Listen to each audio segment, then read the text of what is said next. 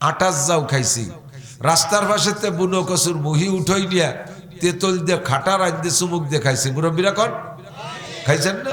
আটাশ যাও খান নাই? আটাশ যাও খাইছেন। আমার নানি আটাশ যাও রাঁধতে মামারা ডাঙ্গায় গেছে, চকে গেছে, আপনার কাছে ডাঙ্গা কয় চক কয়, চকে গেছে। আমি মামা বাড়ি সে সময় ছোটবেলায়, তো ওই মামারা সকালবেলা এসে তাড়াতাড়ি খাবে বিদায় আমার নানি করছে কি কলার পাতা কাটিয়া উঠোনে বিছাইয়া এই আটাশ যাও ডালি দিয়েছে কলার পাতা, যাতে তাড়াতাড়ি জুড়ে যাবে, ওরা এসে খাবে। এর মধ্যে গুয়ালিতে আইডিয়াটা ছুটি আইছে, সব কলার পাতায় মাথায় মাথায় কামড় দিয়ে দিয়েছে, দৌড় বইরে উঠোন গোবর নেপার মতো নেপা হয়ে গেছে। সকালে আটাশ যাও শেষ, কেউ আর খাতে পারিনি। এই আটাশ যাও যেমন খাইতাম ওইরকম নিচে দিয়ে বেরোয় যেত, পেটে শক্ত হওয়ার সময় পাত না, ঠিক না? আর এখন বাংলাদেশ 7.5 কোটি না, এখন বাংলাদেশ হয়ে গেছে রোহিঙ্গা মহিঙ্গা জড়ায় 20 কোটির বাংলাদেশ। ভূখণ্ড ছোট হয়ে গেছে, চাষি জমি কমিয়ে গেছে, এই দিক দিয়ে করছি ভূখণ্ড খাটো। তবে এখন আল্লাহর ফজলে সে আটাশ যাও কি কেউ খান? আশা করি খায় না, কেউ খায় না, ঠিক না? সে ঢ্যাপের খই কেউ খায় না। চীনের চাউল, চীনের চাউলই খুঁজে পাই না। আমি অনেকদিন খুঁজতেছি চীনের চাউল, একটু পায়েস খাবো, তা খুঁজেই পাচ্ছি না। বাংলাদেশে চীনে মরহুম হয়ে গেছে, তালাশ করলে খুঁজে পাওয়া যায় না, ঠিক না? পান্তা ভাত, এত সাইডে ভাতের ভিতরে এক মুঠ ভাতের ভাত, এক বল এক ডিশ পানির ভিতরে কাঁচা মরিচ আর পেঁয়াজ দিয়ে মাখাই নিয়ে টক টক হইলে চুমুক দিয়ে খাইয়ে সকালবেলা মাঠে চলে গেছেন কাজ করতে। কতক্ষণ? দিনের বেলা একখান টোস্ট বিস্কুট খাওয়ার মতো পয়সাও ছিল না, ব্যবস্থাও ছিল না। ওই পেট তৈ তৈ করা অবস্থায় দুপুরবেলা এসে 4টে ভাত খাইছেন, ঠিক না? আর এখন পান্তা ভাত ফকিরে দিলেও খায় না। আমার বাড়ি 4টে গরু আছে, যদি কোনোদিন পান্তা ভাতে একটু বাসি বেশি হয়ে যায়, ওকে দিলে এক চুমুক খাইয়া গ্যাট গ্যাট করে ঢেক ছাড়ে আর কয়, কাকি একটা সিট থাকলে তাড়াতাড়ি নিয়ে আসেন। আর ভাবছি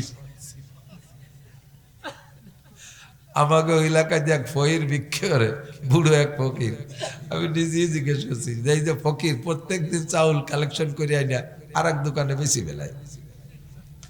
আমি একদিন কইলে বলা, তুমি এই চাল তো বিক্রি করে খাওয়ার জন্য, তা বেশি বেলে তো খাও কি? তখন মনে হয় 12 ভেজাইলে চাল খাওয়া যায় না। তুমি কি খাও? আমি পাকিস্তানি বাসমতি খাই।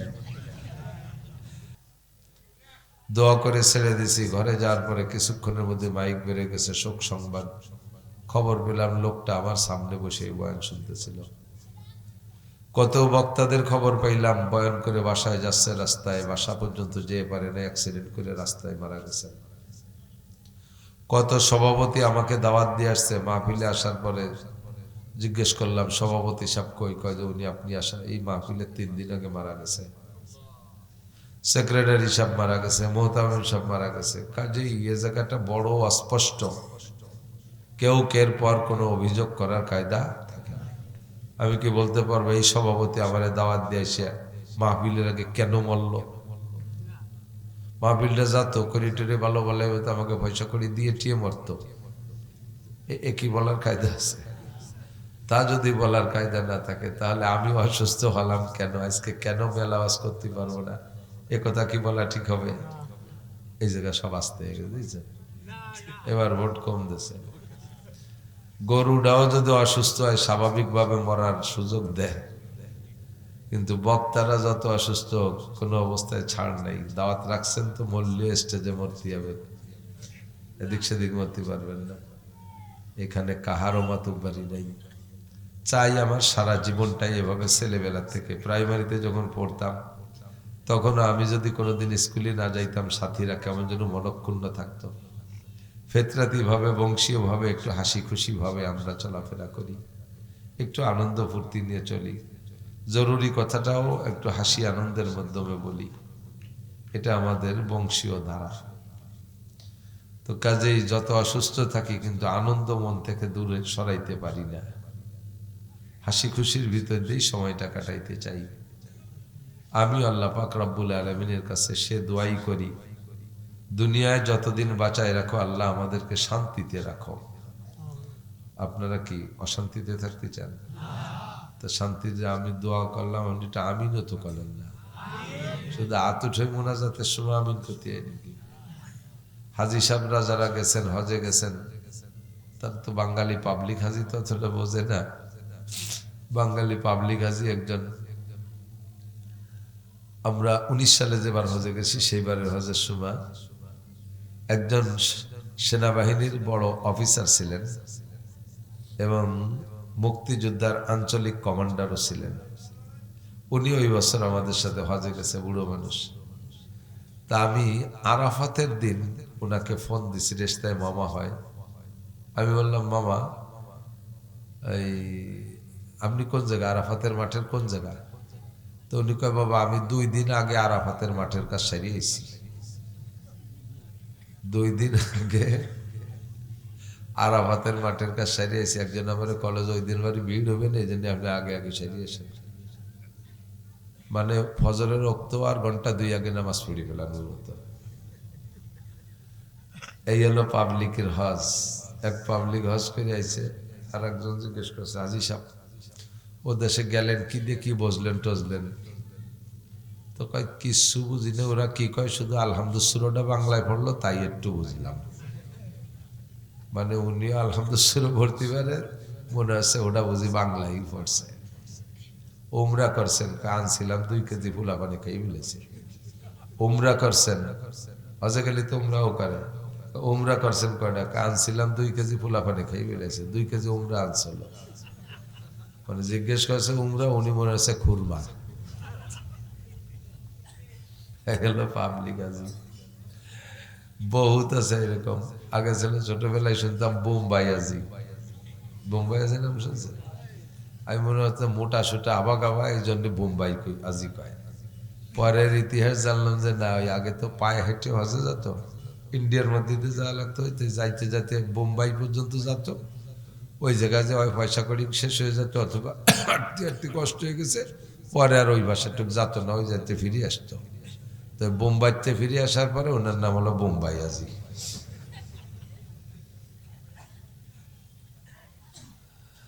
এমন এক বোম্বাই আজি হজে যাচ্ছে ওই বাই রোড, আর ইন্ডিয়ার মধ্যে কেবল একটু বাস চালু হয়েছে, লোকাল বাসে, দামি দামি বাস আসে না। সেই সময় সর্বপ্রথম বাসের জন্ম হয়েছে, একটু লোকাল বাস, তার মধ্যে দেবার রাস্তাঘাট নাই। তো হাজি সাহেব যাইতেছে হজে, হাজিও মোটা সোটা এক হাজি।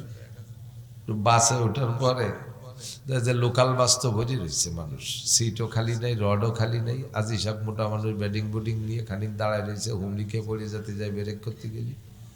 এর মধ্যে এক সাধু, সেও মোটা এক সাধু, সে সিট পেয়ে বসে রয়েছে।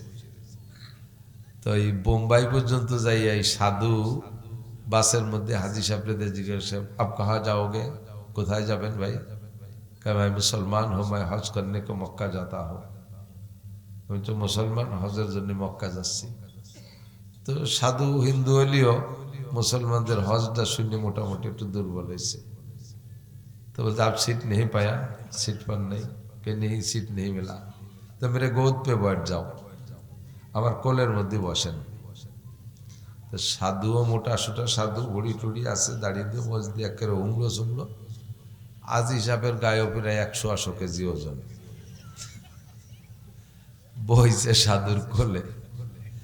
বাসে যখন খাদের মধ্যে যে ধুলুম দিয়ে পড়ে আর এর যাতা লাগে, আর হাজি সাহেবের তো অসুবিধে নেই, নিচেই মোটা রান, ফোম ফোম বাপ, প্যাট আছে পিছনে, গদি গদি বাপ।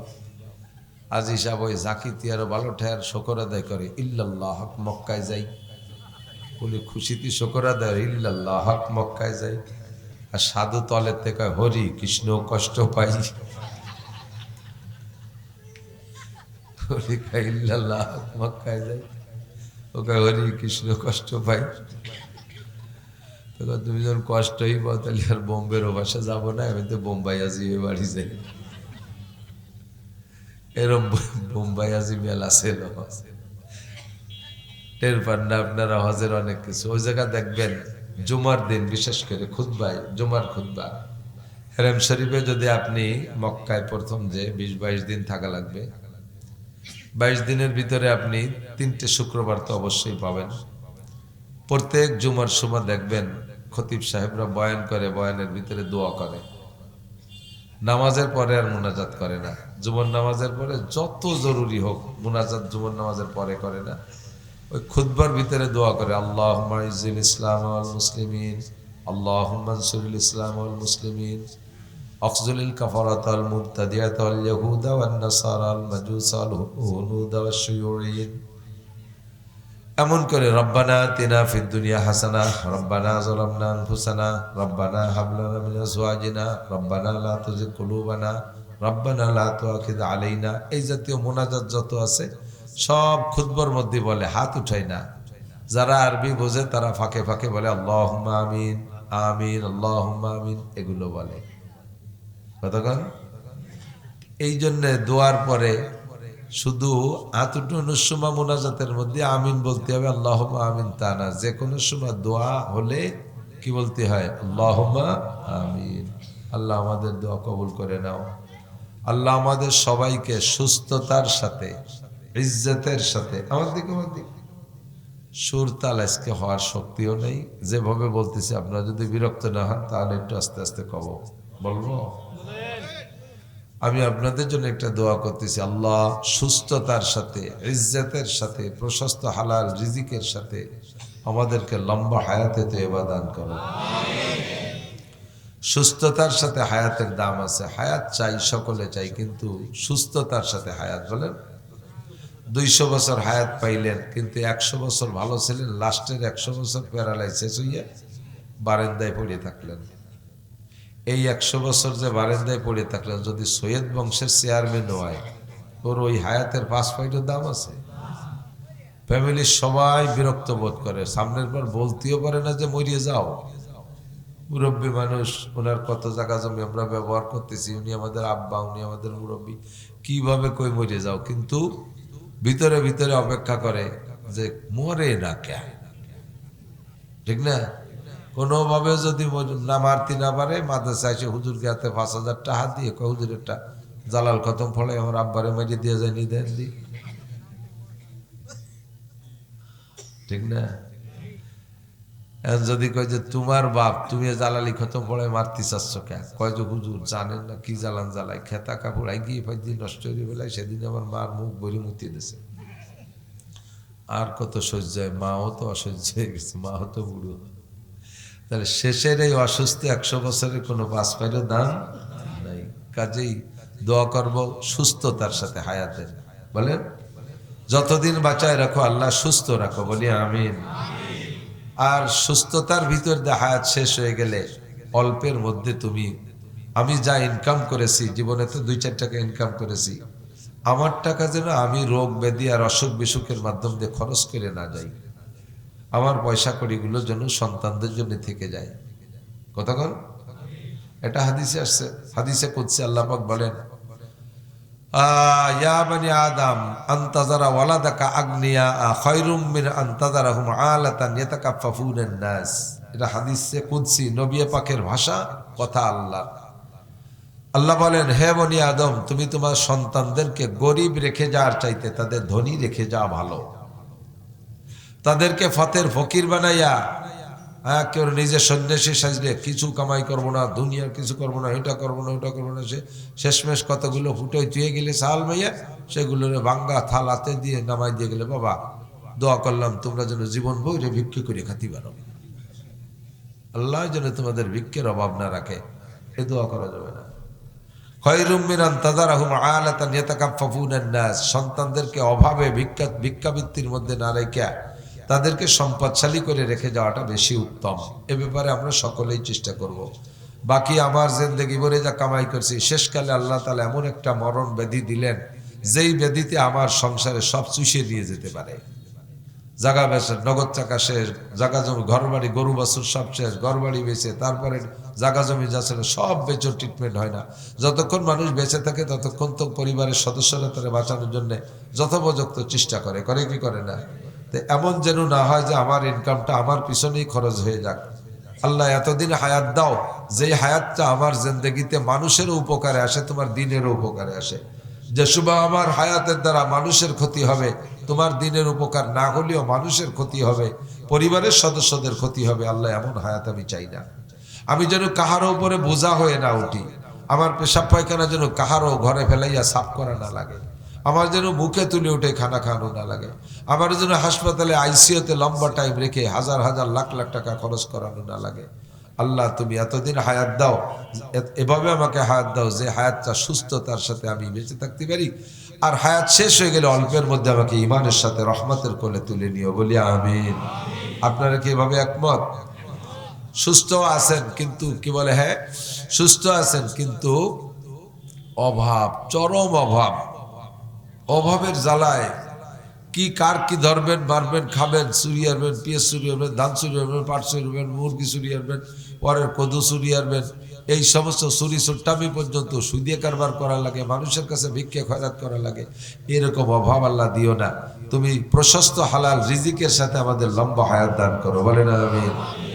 সুস্থতাও আছে, হায়াতও আছে, কিন্তু জিন্দেগিতে এমন একটা আকাম করে ফেলাইছেন যে মানুষের সামনে মুখ দেখানো যায় না।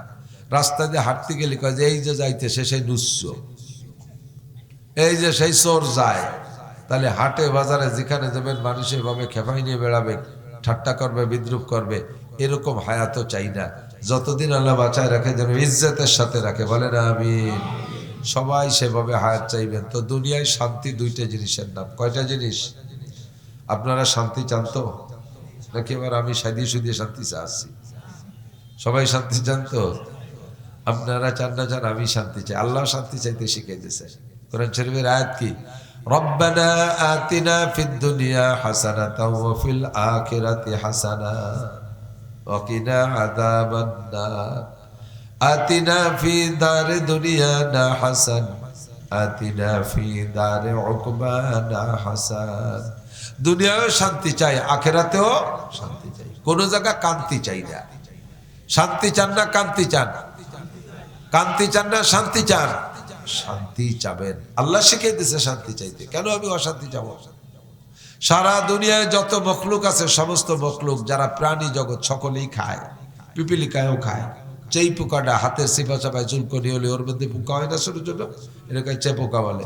এই চেই পোকাও খায়, সকলেই খায়। তো খাওয়াই কে? আল্লাহ। অমা মিন দাব্বাতিন ফিল আরদি ইল্লা আলাল্লাহি রিজকুহা। যারা যতটুকু সুখ শান্তিতে আছে, যারা যা খাচ্ছে সব খাবার আসমান থেকে আসে। অফিস সামাই রিজকুকুম ওয়া মা তুআদুন। তোমাদের জন্য সব রিজিক আসমান থেকে যায়। আসমান থেকে যায় কেন? আসমান রিজিকের মালিক কে? আল্লাহর অবস্থান কোথায়? আরশে আজিমে। বলেন কোথায়? কখনো বলবেন না আল্লাহ সব জায়গা আছে। আল্লাহ সব জায়গা আছে কথা বললে আল্লাহকে পায়খানার মধ্যে থাকানো লাগে। সব জায়গার মধ্যে পায়খানা এক জায়গা না, তাহলে সব জায়গা আছে তার মানে কেলা পায়খানার মধ্যে আছে। সব জায়গার এক জায়গা বেশ্যাখানা না? দুনিয়ার সব জায়গার এক জায়গা কি বেশ্যাখানা আল্লাহর জায়গা না? তাহলে সব জায়গা আল্লাহ আছে মানে বেশ্যাখানায় আল্লাহ আছে। মদের আড্ডাও কি দুনিয়ার জায়গা কি না? সব জায়গা আছে মানে আল্লাহ মদের আড্ডায় আছে, তাই নাকি? বাউল গান ফাউল গান গে আড্ডার মধ্যে আল্লাহ তাই। জারি যাত্রা, করসা, গাজীর গান, গুণযাত্রা, মমতাজ মনির খান আলমগীরের গানের আড্ডা, তারপরে ওই যে লালন শাহর গানের আড্ডা, এই সমস্ত আজে বাজে ভণ্ডকে আড্ডার মধ্যে আল্লাহ থাকে নাকি? আল্লাহর ক্ষমতা সব জায়গায় বিরাজমান, এ কথা বলতে হবে। তবে আল্লাহ নিজেই বলেন আমি আরশে আজিমে থাকি। আল্লাহর অবস্থান কোথায়? আরশে আজিমে। তা আরশ কি মাটির নিচে না উপরে? আর রুজির মালিক কে? তাহলে রুজি আসলে কোত্থেকে আসবে? উপর থেকেই আসবে। কোত্থেকে? তোমাদের জন্য যা ওয়াদা করা হয়েছে আর তোমাদের জন্য রিজিকের ব্যবস্থা আসমান থেকে আসে।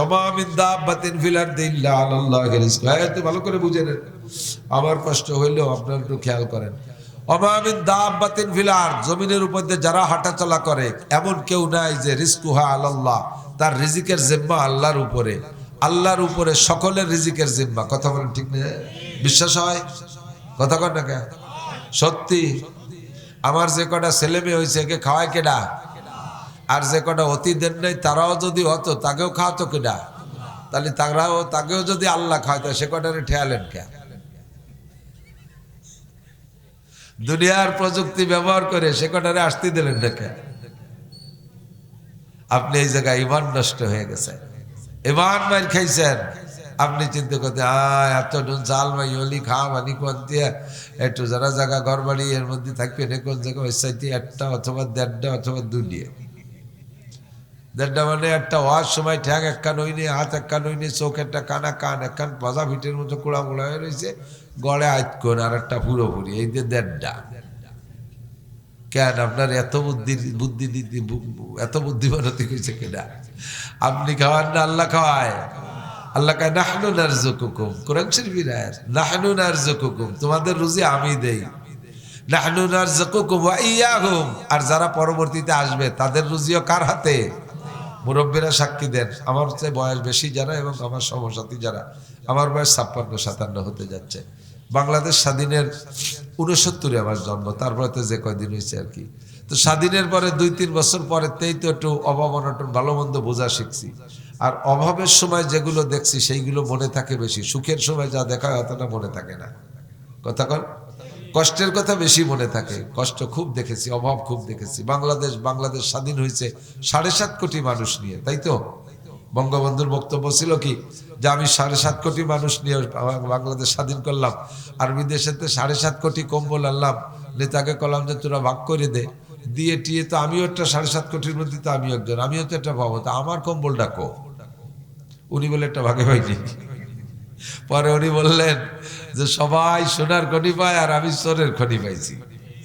তো 7.5 কোটি বাঙালি নিয়ে বাংলাদেশ স্বাধীন হয়েছে। ভূখণ্ড কিন্তু এইটুকুই ছিল। কতক্ষণ?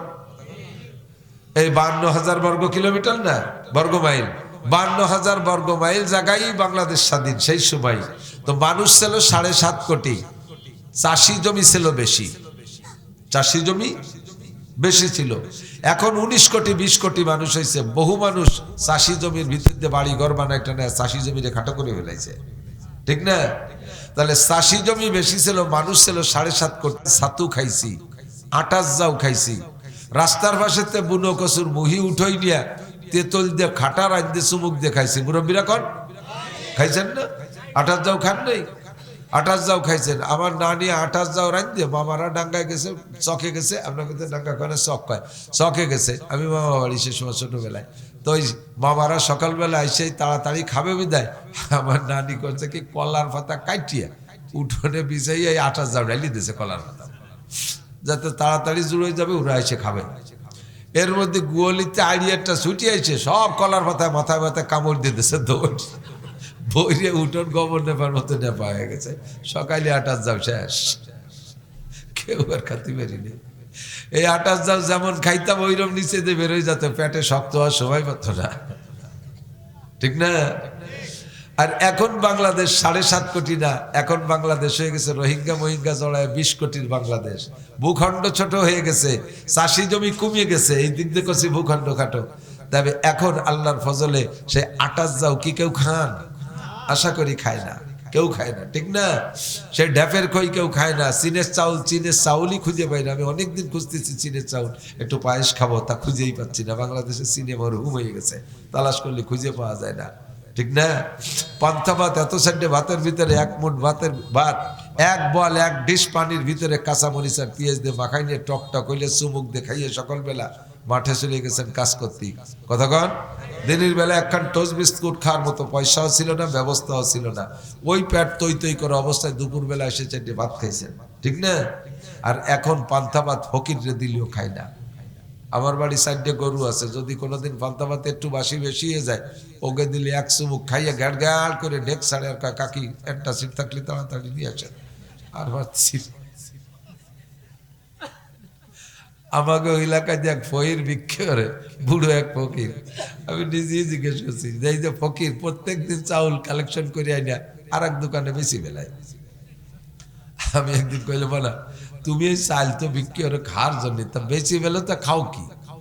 তখন মনে হয় 12 ভেজাইলে চাল খাওয়া যায় না। তুমি কি খাও? আমি পাকিস্তানি বাসমতি খাই। ফকির ভিক্ষে করে সেও পাকিস্তানি বাসমতি খায়, তাহলে মিয়া হাসি উড়াই দিয়েন না।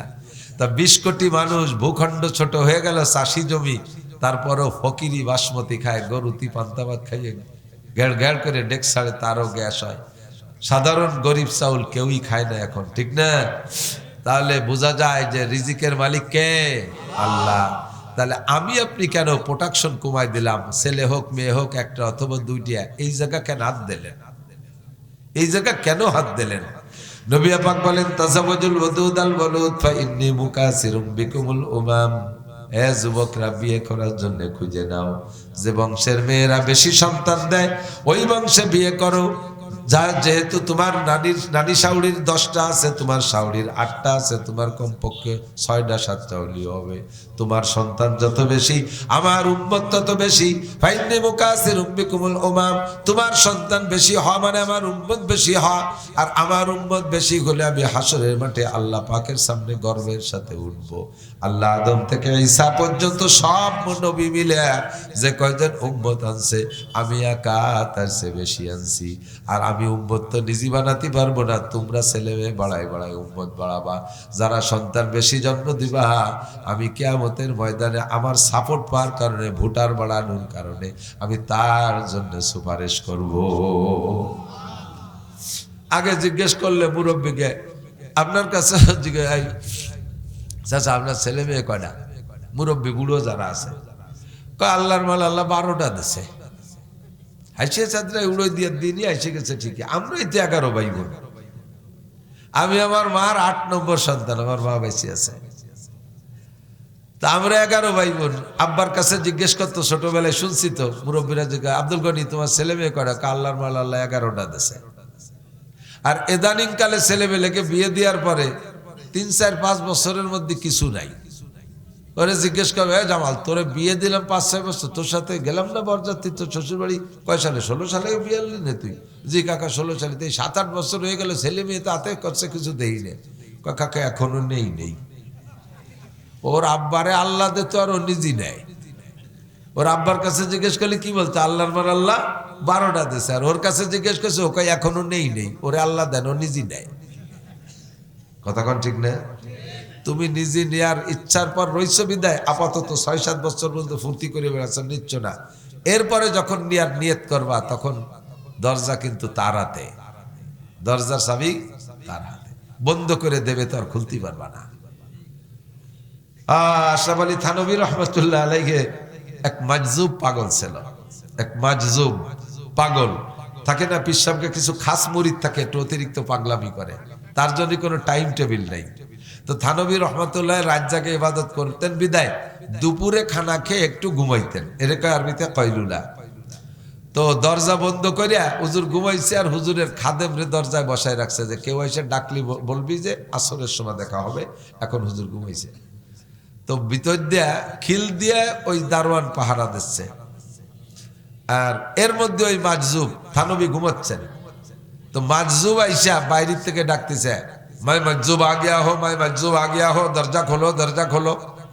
भीतर থেকে अभी खोलना नहीं है, এখন খোলা হবে না, আসর के बाद दरजा खोलना है, আসরের পরে খুলবো। এই 3-4 বার করার পরে তো দরজা ভিতর দিয়ে আটকানো। আর মাজজুব করছে কি, বাইরে দিয়ে শিকল আটকাই দিছে, বাইরে দিয়ে শিকল আটকাই দিছে। তো বলতেছে, उधर वो दर न खोलेंगे, इधर ये दर न छोड़ेंगे, उधर वो दर न खोलेंगे, इधर ये दर न छोड़ेंगे, कभी हुकूमत है कभी तेरी, हुकूमत है कभी मेरी। আচ্ছা ঠিক আছে মিয়া, ওই পাশটা দরজা বন্ধ করে দিয়েছ, আমি এটাতে সিএল আটকাই দিছি, এখন মাতুম বাড়ি তোমার হাতে, একটু পরে আমার ভাই ধরা লাগবে না।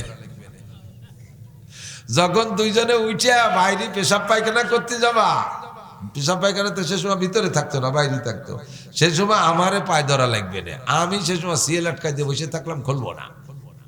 থানভী রহমতুল্লাহ আলাইহি কেবল ঘুম আইছে, ওর এই কিস্সা শুনছে, শুনে কয় তাড়াতাড়ি খুলিয়ে দে, পাগলকে সাথে কোনো পীরগিরি চলে না।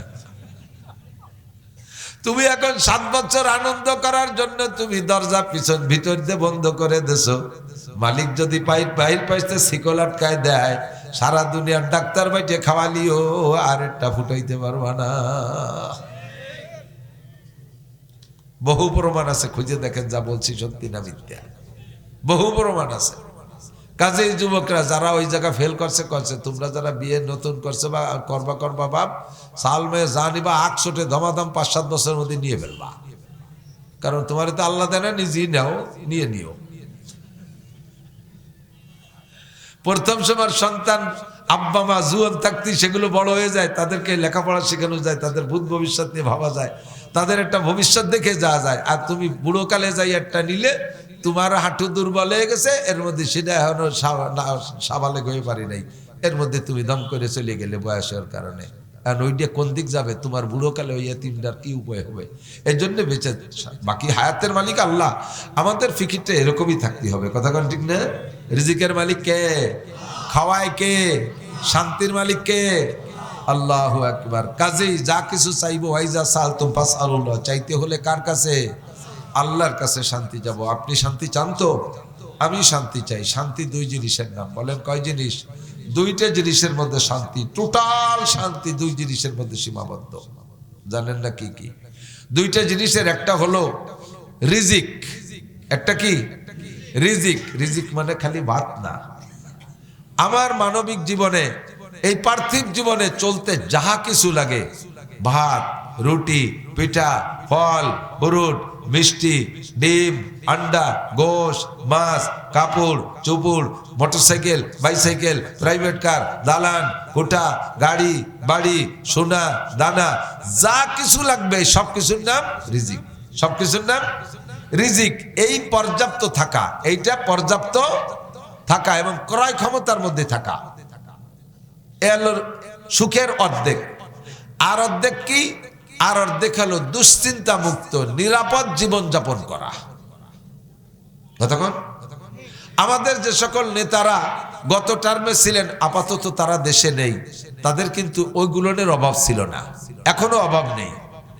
লাখ লাখ কোটি কোটি টাকা। আমি বাংলাদেশের কোন একজনের খবর শুনছি, যিনি এখন জেলে আছেন, উনার একটা ট্যাবলেট কিনে খাইতেও জেলারের কাছে বলা লাগে যে আমার জন্য একটা ট্যাবলেটের ব্যবস্থা করে দেন। অথচ উনার ইন্ডাস্ট্রিতে চাকরি করে, বাহিরে উনার বহুত ইন্ডাস্ট্রিজ আছে, উনার ইন্ডাস্ট্রিতে চাকরি করে 5 লাখ 6 লাখ টাকা বেতন নিয়ে যাচ্ছে, আর উনি জেলখানার মধ্যে একটা ট্যাবলেট জেলারের কাছে থেকে খয়রাত করে খাওয়া লাগতেছে। কতক্ষণ? রিজিকের অভাব নাই, সব কিছু আছে, কিন্তু নিরাপদ জীবন ব্যবস্থা নাই। আল্লাহ পাক বলেন দুইটা জিনিসের মধ্যে তোমার জাগতিক শান্তি তুমি আমার কাছ থেকে চেয়ে নাও। আতিনা ফি দারে দুনিয়ানা হাসান, আতিনা ফি দারে উকবানা হাসান, রব্বানা আতিনা ফিদ দুনিয়া হাসানা ওয়া ফিল আখিরাতি হাসানা ওয়া কিনা আযাবান নার। আল্লাহ দুনিয়ার জীবনে এই দুইটা জিনিসের মধ্যে শান্তি তুমি দুইটা জিনিসই আমাকে দান করো, আখেরাতেরও শান্তি তুমি আমাকে দান করো। আখেরাত দুনিয়ায় একই ব্যক্তির ভিতরে একই টাইমে সুখ শান্তিও ঢুকতে পারে, আবার তাৎক্ষণিকভাবে অশান্তিও আসতে পারে। একই 70 বছর হায়াতের ভিতরে কিছু টাইম সুখ আর কিছু টাইম দুঃখ এমন হতে পারে। একই দিনের ভিতরে সকাল বিকাল সুখ শান্তি আর অশান্তি ঢুকে পড়তে পারে কি পারে না? সকালে সুখ বিকেলে অসুখ, সকালে সুস্থ বিকেলে অসুস্থ, সকালে শান্তি বিকেলে অশান্তি, সকালে প্রাচুর্যতা বিকেলে অভাব, একই দিনের মধ্যে এরকম আসতে পারে। আর আখেরাতে যায় সব ভাগ হয়ে গেছে। একবার যদি শান্তির মধ্যে ঢোকে জীবনে অশান্তি দেখবে না, আর একবার যদি অশান্তির মধ্যে ঢোকে জীবনে কোনোদিন শান্তির মুখ দেখতে পারবে না। ফি নারি জাহান্নাম খালিদিনা ফিহা আবাদা। আখেরাতের অশান্তি জাহান্নাম, 1 সেকেন্ডের জন্য বের করা হবে না। আখেরাতের চিরশান্তি জান্নাত, জান্নাতিন তাজরি মিন তাহতিহাল আনহারু খালিদিনা ফিহা আবাদা রাদিয়াল্লাহু আনহুম ওয়া রাদু আন। তোমাদের পর আল্লাহ সন্তুষ্ট হইয়া চির জান্নাত দিয়েছে। আমাল হায়াতুদ দুনিয়া ইল্লা কালিল ওয়া ইন্নাদ দারাল আখিরাতা লাহিয়াল হায়াওয়ান। আখিরাতের জিন্দেগি অফুরন্ত জিন্দেগি, সুখ অফুরন্ত, অসুখ অফুরন্ত, দুনিয়ার সবগুলোই ফুরন্ত। সুখ কিছুক্ষণের জন্য, অসুখ কিছুক্ষণের জন্য। কথা বলেন, সকালে অসুস্থ বিকেলে সুস্থ, সকালে শান্তি বিকেলে অশান্তি, হয় কি হয় না? কথা বলেন। এবছর ভালো আগামী বছর খারাপ, পরের বছর ভালো আবার পরের বছর খারাপ, এরকম এলোমেলো হয় কিনা? এক বছর পেঁয়াজের দাম 6000 টাকা, আর এক বছর পেঁয়াজের দাম 1100 টাকা। 3 আট আছে, এক আট আগে পেঁয়াজের দাম 6000 টাকা, পরের আটে শুনি যে 1300 টাকা। এ মাথায় টাটা পড়ার কায়দা না? যে লোক আগের আটে 6000 টাকায় দিয়ে পেঁয়াজ কিনছে, পরের আটে যদি 1300 টাকা তার বেচতে হয়, তাহলে মনকে কয়টা লাভ? ঘর বাড়ি পুঁজি সালাদ ধরে টান দেয় নাম দুনিয়া। তো দুনিয়া আবার দুইটা জিনিসের মধ্যে শান্তি, একটা হলো পর্যাপ্ত রিজিক, আর একটা হলো আমার নিরাপদ জীবন ব্যবস্থা। 1 কোটি 10 কোটি টাকা ঘরের মধ্যে রাইখা বস্তা ভরে টাকা মানুষের সামনে দিয়ে ওপেনে নিয়ে আসবো, আমার দিকেও ফিরেও তাকাবে না। 10 কোটি টাকা ঘরের মধ্যে রাইখা দরজা খুলে দিয়ে ঘুমায় থাকবো, রাতের বেলা কোনো দুলোভাই আইসা ডাক দেবে না, হে শালা কোথায় আসিস টাকা বেলা, এ বলে কেউ ফিরে তাকাবে না। সুন্দরী যুবতী মেয়ে রাতের অন্ধকারে 10 কিলোমিটার পথ হেঁটে মামা বাড়ি চলে যাবে, রাস্তায় কোনো যুবক ছেলে তারে কিক মারবে না, কুক মারবে না। নিরাপদে জীবন ব্যবস্থা, কোর্ট কাছারি আদালত ফৌজদারি কিছু আপনাকে ধাওয়া দাবল করবে না, পুলিশরা আবার কুবরা আপনাকে তাড়া করবে না, আপনার নামে কোনো মানি মামলা হবে না, নিরাপদে আরামে বসবাস করবেন। এর নাম হলো শান্তি। কতক্ষণ টাকা পয়সা ধন দৌলত সব আছে, কিন্তু একজন নেতাও দেশে নাই, একজন নেতাও দেশে নাই। তাদের বিল্ডিং এ অন্য লোক বসবাস করে, তাদের ইন্ডাস্ট্রিতে অন্য লোক ইনকাম করে খেয়ে যাচ্ছে।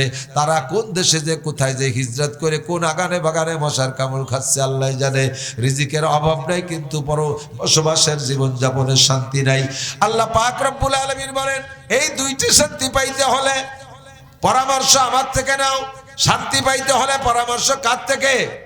একটু বলেন না কার থেকে? আমার ধলা হুজুরে ভোট দিয়েও শান্তি পাওয়া যাবে না, কালা হুজুরে ভোট দিয়েও শান্তি পাওয়া যাবে না। অথচ আমরা শান্তি খুঁজি নেতাদের পিছনে।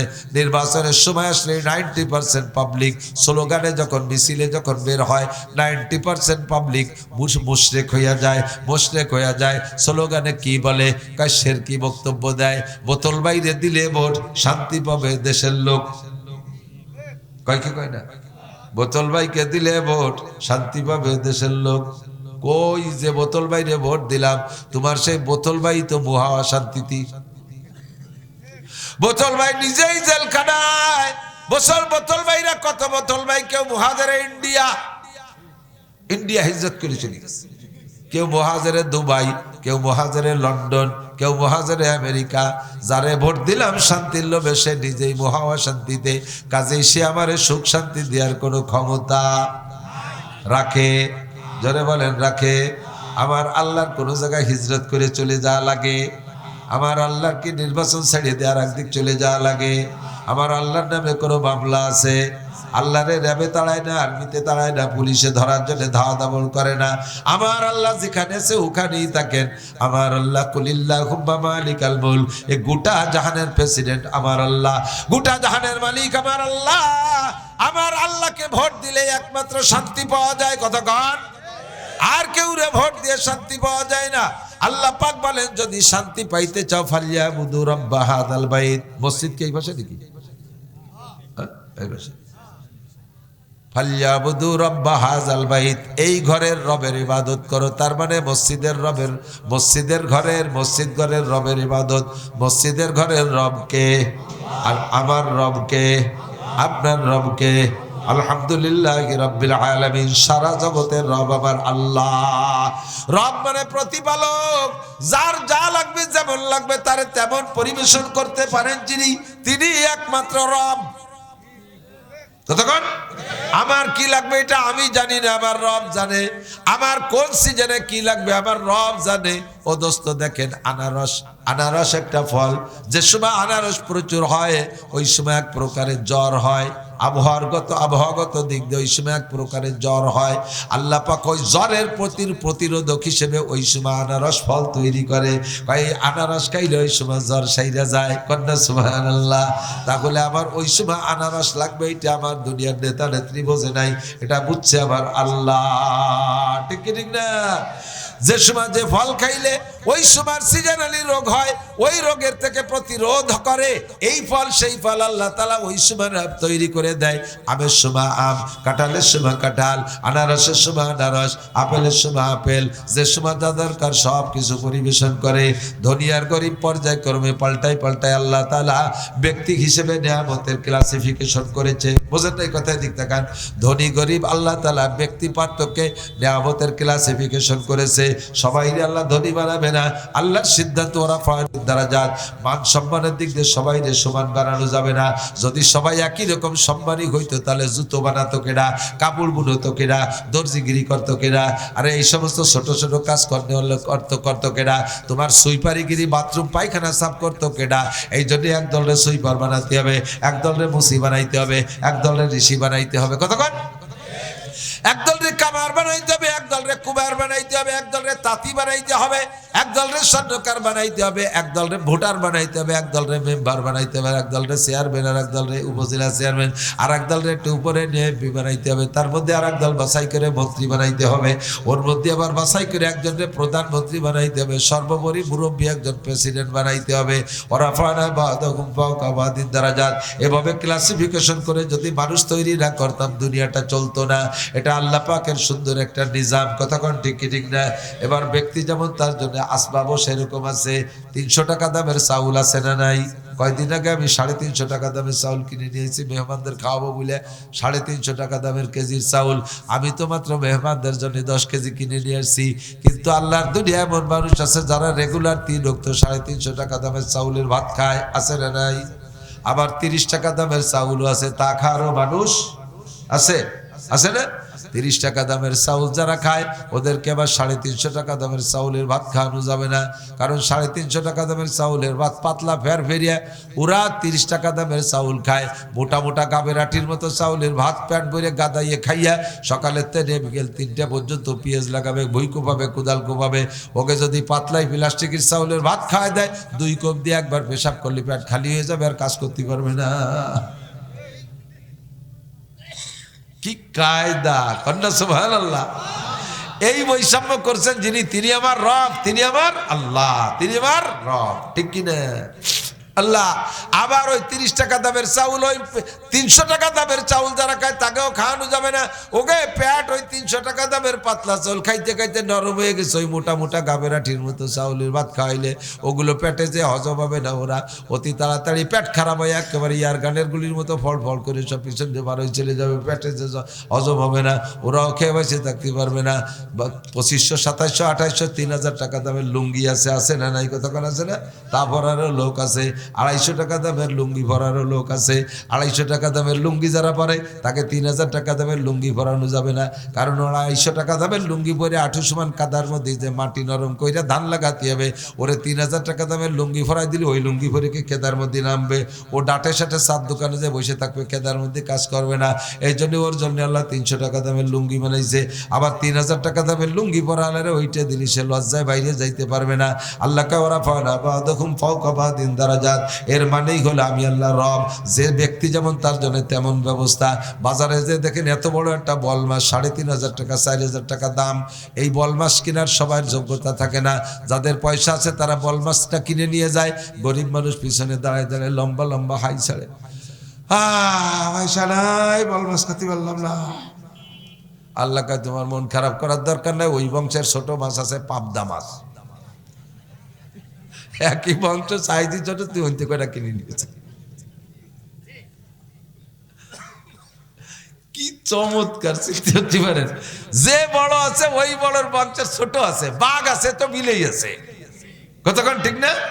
বাঘ আছে তো, হাতি আছে তো তার বংশে ছোট শুয়োর আছে, শুয়োর আছে তার বংশে ছোট সুসু আছে, সুসু আছে না তো শিখে, ওই একই বংশে। বল মাছ আছে সেই বংশের পাবদা মাছ আছে, শৈল আছে সেই বংশের টাকি মাছ আছে, ঠিক না? গজার আছে সেই বংশের গাড়িটাই কয়নি কইতে মাথা মোটা গোলডা যেরা, হ্যাঁ কাটগেটাই এইটা আছে। যে বংশের যে বড়টা আছে সেই বংশের ছোটটা আছে। কেন? সবাই সবটা কিনে খাতে পারবে না। বড়রা কিনে খাক, গরিব মানুষ পরান দূর না যায়, তোরা কয়টা টাই মাছ কিনে কদু দিয়ে গুটি না, ঠিক না? আল্লাহ আমার রব, রবই আমার সব, রিজিকের মালিক আমার কে? শান্তি কে দেয়? কাজেই শান্তি পাইতে হলে আল্লাহ পাকের কাছে চাইতে হবে। দুনিয়ার কোন নেতা নেত্রী শান্তি দিতে পারে না। এই জন্য আল্লাহ কয় ফালিয়াবুদু রাব্বা হাযাল বাইত, শান্তি যেহেতু চাও আমার থেকে পরামর্শ নাও, এই ঘরের রবের ইবাদত করো। সে কি কি দেয়? আল্লাযী আত'আমাহুম মিন জু, তোমার যত ক্ষুধা আছে, যত ক্ষুধা আছে, বাতের ক্ষুধা, বাতের ক্ষুধা, ফলের ক্ষুধা, মিষ্টির ক্ষুধা, ঘরের ক্ষুধা, টাকার ক্ষুধা, সোনার ক্ষুধা, রূপার ক্ষুধা, দালানের ক্ষুধা, গাড়ির ক্ষুধা। ক্ষুধা মানে আল্লাহ না, ক্ষুধা মানে কি দিয়া? এই যে কি দিয়ার ক্ষুধা আছে সমস্ত ক্ষুধা নিবারণ করে ওই আল্লাহ। ওয়া আমানাহুম মিন খাউফ। 2 নম্বর শান্তির দ্বিতীয় অংশ, আমার দিক তাকান। শান্তির দ্বিতীয় অংশের নাম হলো নিরাপদ বসবাস। সেটাও ওই আল্লাহ পাকি দান করে। নিরাপদ বসবাস ওই আল্লাহ দান করে। কতক্ষণ ঠিক ঠিক না?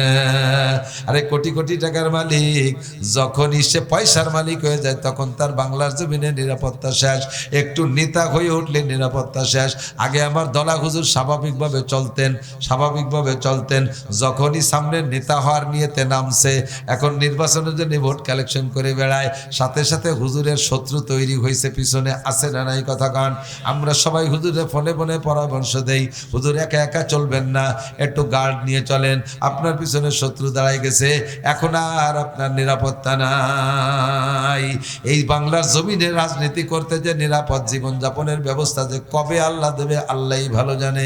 আল্লাহকে যদি শান্তি পাইতে চাও এই ঘরের রবের ইবাদত করো। ইবাদত কি এবার শুনে নেন। আমার এদিক কষ্ট হচ্ছে, আমার খুব কষ্ট হচ্ছে, এদিক দেখান। ইবাদত কাকে বলে? ইবাদত হলো মা তাকুমুল, খেয়াল করতেছেন আপনারা? দাঁড়ায় খেয়াল কতক্ষণ করবেন? একটু বসেন, দাঁড়ায় থাকলে ঠান্ডা লাগবে না। এর ভিতরে ডুয়েটে খোপে গরম হয়ে গেছে, ওর মধ্যে ডুয়ে বসে পড়েন, চাদর গায়ে দেওয়া লাগবে না। আমার নাক মুখ বন্ধ হয়ে যাচ্ছে।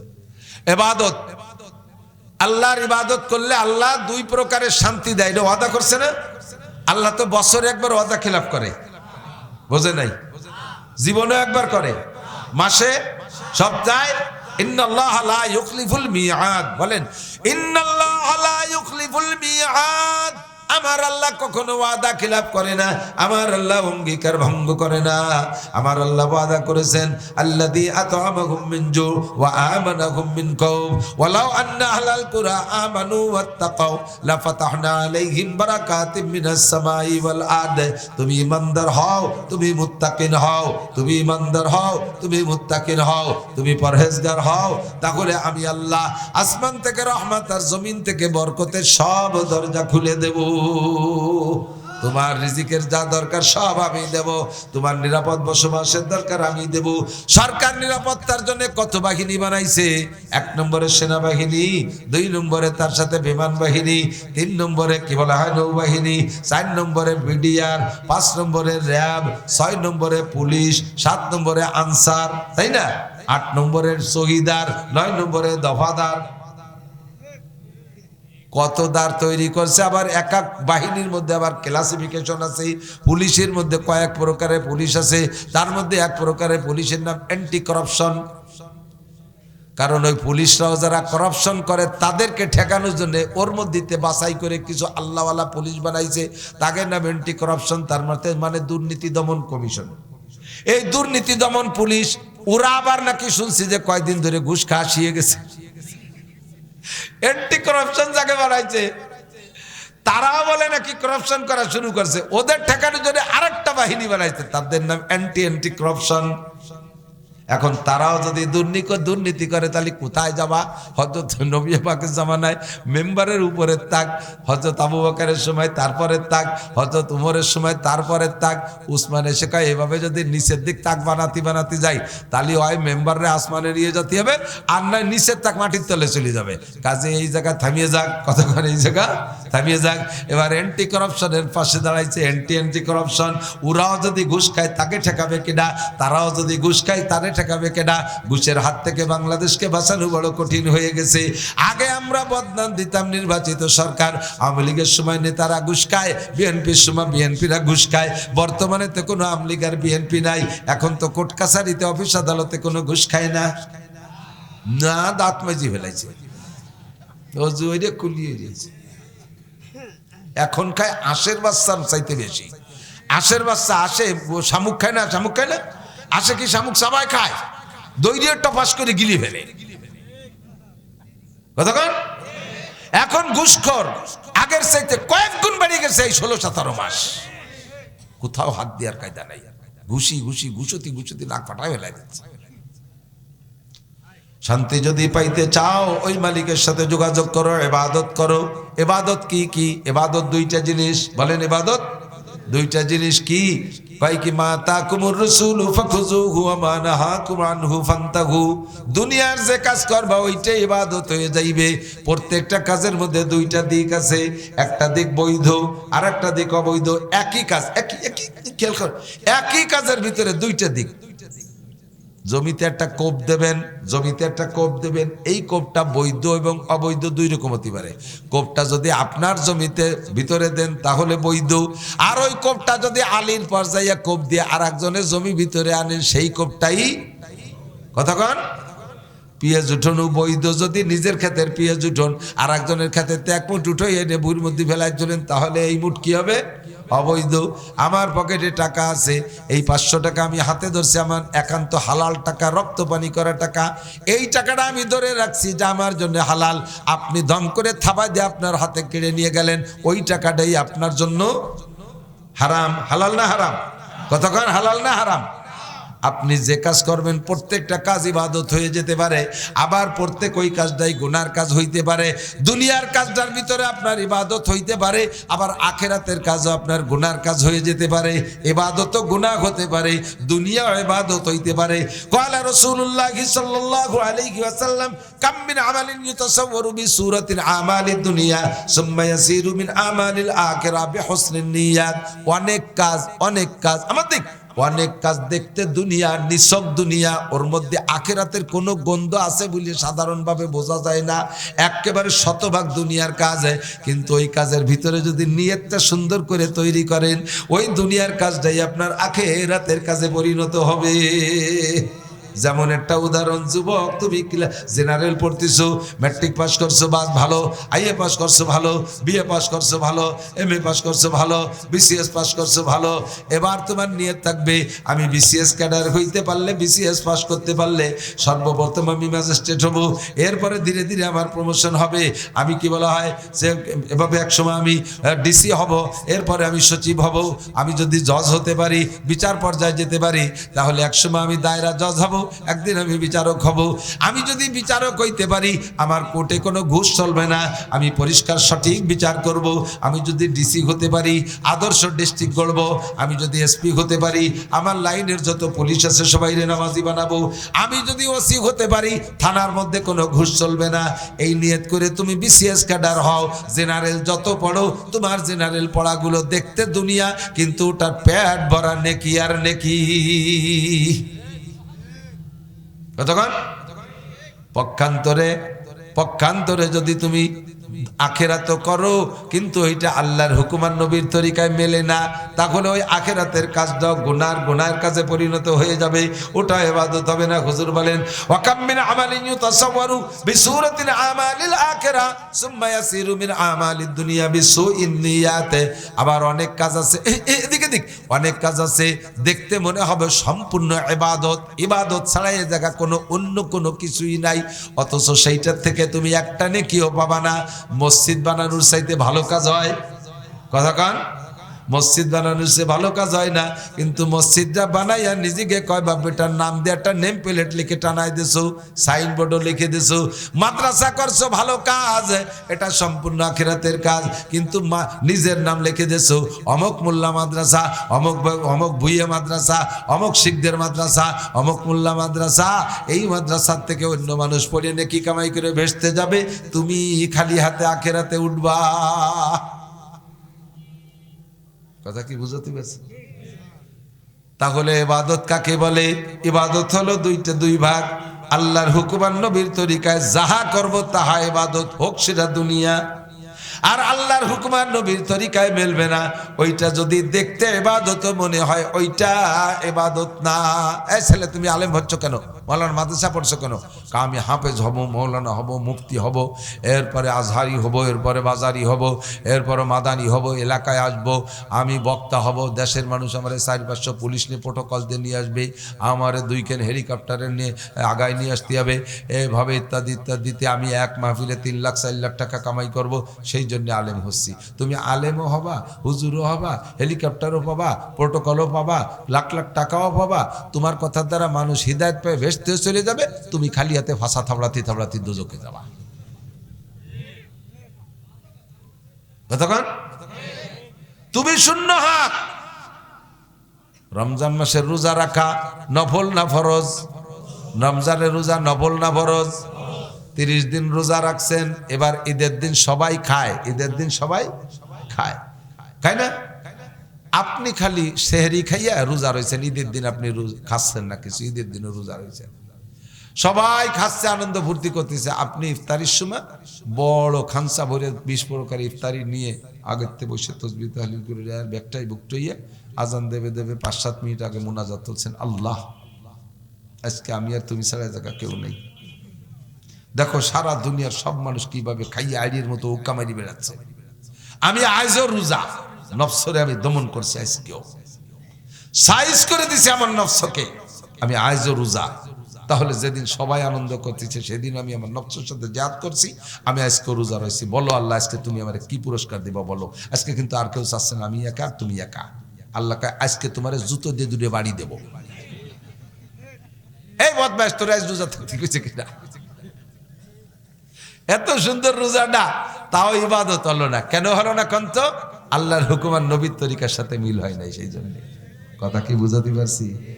বাউল গানটা বাউল গান গায়, বাউল পাল্টি বাউল গান গায়। একটু খোঁজেন তো কোন নবী রসুল বাউল গান গাইছে? আবু হানিফা, শাফি, আহমদ, মালিক, বুখারী, মুসলিম, তিরমিজি ওয়ালা সাহাবা ইকরাম গাইছে বলে মনে হয়? খুঁজে দেখেন ইতিহাস। একজন সাহাবা গাইলো না, একজন নবী গাইলো না, একজন তাবেইন গাইলো না, একজন তাবে তাবেইন গাইলো না, একজন ইমামরা গাইলো না, আহমদ শফি সাহেব গাইলো না, সদর সাহেব গাইলো না, আমাকে বাহিদদের হযরত মাওলানা আব্দুল আজিজ সাহেব রহমাতুল্লাহ আলাইহি বাউল গান গেল না। যারা জীবনটা কোরআন হাদিসের মধ্যে কাটায় দিল তারা বাউল গান গেল না। তাহলে এই বাউল গান শরীয়তের গান, মারেফাতের গান, হাকিকাতের গান, তরিকতের গান হবে কি করে? কেন হবে? একটু ভাবলেই তো সারে লাথি মেরে চলে আসা সহজ। কথা কন, যেই গানটা আল্লাহর হুকুম আর নবীর তরিকায় মিল খাবে না সে গানটাও গান না। যেই নামাজ আল্লাহর হুকুম নবীর তরিকায় মিল খাবে না সেই নামাজ কি বলে? সে নামাজও নামাজ না, সেই রোজাও রোজা না, তিলাওয়াতও তিলাওয়াত না। শরীর নাপাক, গোসল ফরজ হয়ে গেছে, আপনি বড় একখান কোরআন শরীফ ধরিয়ে খুলিয়ে পড়তেছেন। এই নাপাক শরীরে আপনি কোরআন শরীফ ধরছেন কে? লা ইয়ামাসসু ইল্লাল মুতাহহারুন। কেন বলতো? আপনার এই সম্ভব ভর্তি হয়েছে কিনা? পায়খানার মধ্যে গেছেন, হাতে এক গাছ তসবিহ নিয়ে গেছেন, কিছুক্ষণ বসে থাকবেন, এখানে বসে আল্লাহ বসে, এই পায়খানার মধ্যে বসে আল্লাহ বিল্লি হলে এটা ইবাদত হবে? তাহলে ইবাদত সংক্ষেপে বুঝিয়ে ফেলে বুঝতে তো পারছি। কোন আমি আপনি জেনারেল শিক্ষিত মানুষ বা সাধারণ পাবলিক আমরা জানি না ইবাদত কাকে বলে। এই ইবাদতগুলো জানার জন্য একজন হক্কানি আলেম পীর সাহেবকে ধরতে হবে, যে হুজুরের সাথে মন খুলে সব কথা শুনিয়ে শুনিয়ে আমল করা যায়। আর দাওয়াত ও তবলিগের সময় লাগাইতে হবে, উলামাই কেরামের কাছ থেকে শুনিয়ে নিতে হবে। এ জায়গা কখনো হস্তক্ষেপ করবেন না, মাতুব্বারি মোটে করবেনই না। আল্লাহু আকবার। একজন মুসলমানের পক্ষে, একজন মুসলমানের পক্ষে কথা বলা, ভালো মানুষকে সমর্থন দেওয়া, এটা ইবাদত, এটা ইবাদত। এই যে সামনে নির্বাচন আসতেছে, এটাও ইবাদত হবে, নির্বাচন ইবাদত হবে। যদি আপনার নির্বাচনটা যথাযথ সঠিকভাবে একজন ন্যায্য ইমানদার আল্লাহ ওয়ালা মানুষকে আপনি ভোটটা দেন। এদিক তাকাবেন, মাল্লাম ইয়াখাফিল্লাহ লাম ইয়াখাফিন নাস। আমার কাছে ভালো করে বলেন, বুঝেন, এদিক তাকান, আবার তাকান। বারবার এই কথাটা ইম্পর্টেন্ট বিদ্যে আপনাদেরকে মনোনিবেশের জন্য বারবার এই কথা বলতেছি। মাল্লাম ইয়াখাফিল্লাহ, যে আল্লাহকে ভয় পায় না সে কি মানুষকে ভয় পেতে পারে? বলেন বলেন। যে লোকটা নামাজ পড়ে না ও কি আল্লাহকে ভয় পায়? যে রোজা রাখে না আল্লাহকে ভয় পায়? যে সুদ খায় সে কি আল্লাহকে ভয় পায়? যে ঘুষ খায় সে কি আল্লাহকে ভয় পায়? যে জাতির মাল মারি খায় সে আল্লাহকে ভয় পেতে পারে না। কথা কোন ঠিক না? যে মানুষের হক নষ্ট করে আল্লাহর ভয় তার ভিতরে নেই। যে পুরুষ হয়ে পর্দা করে না সে আল্লাহকে ভয় করে না। মহিলা হইয়া গায়ে মাথায় কাপড় নাই আল্লাহকে ভয় করে না। মাল্লাম ইয়াখাফিল্লাহ, যে আল্লাহকে ভয় করে না, লাম ইয়াখাফিন নাস, সে মানুষকে কখনো ভয় পেতে পারে? আর মানুষকে আপনাকে যদি ভয় না পায় তাহলে সে আপনাকে কি সেবা করবে, সে কি খেদমত করবে? তার ভিতরে আপনার কোনো ভয় নেই। কি হয়েছে? ও নগরকান্দা শালতো, ও আমার এক কলমের খোসা। এই কইয়ে খুসাই দিয়ে তুই এটি চলে গেল, আপনার সব মারি ধরে খেয়ে ফেললো। যার ভিতরে আল্লাহর ভয় নেই, যার মধ্যে আল্লাহর ভয় নাই, সে কখনো মানুষের ভয় পায় না, ঠিক কিনা? আপনি কোর্ট কাছারিতে যাবেন, এই মালি মামলা করা ইবাদত, মামলা করা ইবাদত, এদিক থেকে মামলা করা ইবাদত। কালকে যাইয়েই বাড়ির পাশে যারা যারা আছে সবার নামে একটা মামলা করে দেবেন, ইবাদত। কোন মামলা করা ইবাদত? ন্যায্য মামলা, ন্যায্য মামলা, সঠিক মামলা। কেউরে আপনি কোনোভাবে বুঝাইয়া ভালো করতে পারতেছেন না, সে জুলুম করেই যাচ্ছে, তার এগেনস্টে মামলা দিয়ে তাকে সংশোধন করার জন্য মামলা দেওয়া। এখানে কোর্ট কাছারির আশ্রয় নেয়, নিজে হস্তক্ষেপ করবেন না, এখানে কোর্ট কাছারির আশ্রয় নিয়ে মামলা দিয়ে তাকে সংশোধন করা, এটা ইবাদত হবে। কিন্তু মানুষের নামে মানুষের মিথ্যা মামলা দেওয়া, একই মামলা, একই মামলা, আগে কইলাম ইবাদত, আর সেই মামলা যদি মিথ্যে হয় তাহলে কি হবে? ইবাদত না গুনাহ? একটু বলেন, ইবাদত না গুনাহ? কি গুনাহ জানেন? এদিক এদিক এদিক কি গুনাহ জানেন? আপনাদের এদিক তো মালি মামলা নাই, একেবারে পরিষ্কার। হ্যাঁ, মালি মামলা আছে নাকি? মালি মামলা, আল্লাহু আকবার। যে দেশে রাত্রি হেসাক জ্বালায় কাজি করে, সেই দেশে এবার মামলা নাই। আল্লাহ, মামলা মামলা, ইদানিং বাংলাদেশে মামলা, মিথ্যা ছাড়া মামলা হয় না, এই একটা প্রবাদ হয়ে গেছে না? মিথ্যা ছাড়া মামলা হয় না। মিথ্যা মামলা দিলে, একই মামলা বৈধ বৈধ কারণে দিলে ইবাদত হবে, ওই মামলা মিথ্যে দিলে গুনাহ হবে। কি পরিমাণ? মিথ্যে মামলা এবং মিথ্যে সাক্ষী, মিথ্যে মামলা, মিথ্যে সাক্ষী। এই মিথ্যে মামলা যদি আব্দুল কাদের জিলানি দেয় তাহলে তো ওনার গুনাহ হবে না। আব্দুল কাদের জিলানি তবু হবে গুনাহ। আবু বকর রাদিয়াল্লাহু তাআলা আনহু যদি মিথ্যে সাক্ষী দেয় তাহলে তো ওনার গুনাহ হবে না? হবে? তা ওকে ওনাদের যদি হয় তাহলে আমি আপনি মিথ্যে মামলা মিথ্যে সাক্ষী দিলি গুনাহ হবে? কোন হুজুর দিলি হবে? কোন পিসাব দিলি হবে? পরিমাণ কতটুক? একজন মুসলমানের এগেনস্টে মিথ্যা মামলা তো সর্বপ্রথম বড় অপরাধ। সেকেন্ড আলো ওই মামলাকে জয় করানোর জন্য সাক্ষী দিতে যাবে যে লোকটা মিথ্যা সাক্ষী, ওই লোকটা কতটুকু গুনাহগার হবে? আল্লাহর কাবা ঘরকে শত্রুতাই করে 36 বার ভাঙলে যে গুনাহ, কাবাঘরকে একবার ভাঙবে যে শত্রুতাই করে, ও তো জান্নাতে যাবে, একবারেই জাহান্নামী। আর এইভাবে 36 বার কাবাঘর ভাঙলে যেই পরিমাণ গুনাহ, একজন মুসলমানের এগেনস্টে মিথ্যা মামলায় মিথ্যা সাক্ষী দিলে 36 বার কাবাঘর ভাঙ্গার গুনাহ হবে। হুজুর বুঝি, তারপরে নিজেকে লোক একেবারে দুই কথা না করলি তো ঠগিয়ে যায়। ওরে দূরে, এই জিতে দিতে নিজের খাসিরাত দুনিয়াওয়ালা আখেরাত শেষ করছো, দুনিয়া শেষ। যারা জানবে তুমি হুজুর মানুষ, তুমি আলেম মানুষ, তুমি তবলিগওয়ালা, তুমি নামাজি, তুমি মসজিদের সভাপতি সেক্রেটারি, তুমি মিথ্যা সাক্ষী দিয়েছো, এটা যদি জানে, ওই লোকটার কাছে জীবনে তুমি আর আস্থা তৈরি করতে পারবা না, তার কাছে আর গ্রহণযোগ্যতা অর্জন করতে পারবা না। কথা বলেন? ছেলেও ঠকে যাক, বাপও ঠকে যাক। হযরত ওমর রাদিয়াল্লাহু তাআলা আনহু কিসসা জানেন না? ওনার নিজের ছেলের কোনো একটা ঘটনায় এক ছেলেকে কিন্তু শরীয়তের বিচারের আওতায় আনা হয়েছে। এরপরে ছেলে কয় পিটেন দেওয়ার পরে মারা গেছে, বাকি যে কয় পিটেন ছিল সেই কয় পিটেন বলে কবরের উপরে দিয়ে দাও, কবরের উপরে দিয়ে দাও। কোনো রেহাই নেই, কোনো রেহাই নেই। ন্যায় বিচার আমি ঠকে যাই, হারে যাই, আমার স্বভাব, আমার ব্যক্তিগত স্বভাব। এই বর্তমান সিচুয়েশন যা, আমারও তো প্রতিবেশী আছে সব রকমই। আমি ইচ্ছা করলে যারা আমার সাথে সারা বছর ভরে এই জিন্দেগি ভরে শত্রুতায় দুশ্মনী কিছু না কিছু করে আসতেছে, এখন যে সুযোগটা পাইছে এই 15-16 মাস, আমি কয়েক সরে ধরে জেলে দিয়ে দিতে পারতাম। আমি কাকে দেব? কার বিপক্ষে বলবো? কার বিপক্ষে মামলা করব? লিগালি দেব, কিন্তু দেব কি? কেন দেব? যাক, আস্তে আস্তে ভালো হয়ে যাক, আস্তে আস্তে ভালো হয়ে যাক। আমার আকলাকে সে ভালো হোক, আমি তার এভাবে বিপদে ফেলাই ভালো বানাবো, এটা ঠিক হবে না। আল কাযিমিনাল গায়জ ওয়াল আফিনা আনিন নাস। বিশেষ করে এই সাবজেক্টে উলামায়ে কেরাম সতর্ক থাকবেন। আপনার অস্তিত্ব বিলীন হয়ে যাবে, আপনার উপরে মানুষের আস্থা নষ্ট হয়ে যাবে। আজকে যার পক্ষে আপনি মিথ্যা সাক্ষী দিচ্ছেন, সেও কিন্তু আপনারা চিনে নিল। কথাগণ, সেও আপনাকে চিনে নিল যে আপনি এই কাজের কাজী। কোনো না কোনো একদিন আপনি যখন তার বিপক্ষে হয়ে যাবেন, সেই দিন সে বলবে, ও হুজুর চিনি, তুমিও আমার কাজে এই করছিলে। কতক্ষণ? মিথ্যা মামলা দেওয়া, মিথ্যা সাক্ষী দেওয়া, এগুলো কবিরা গুনাহ। সঠিক মামলা সঠিক সাক্ষী দিলে কিয়ামতের ময়দানে আল্লাহ পাক, কিয়ামতের ময়দানে নবী পাক আপনার পক্ষে সাক্ষী দিবে।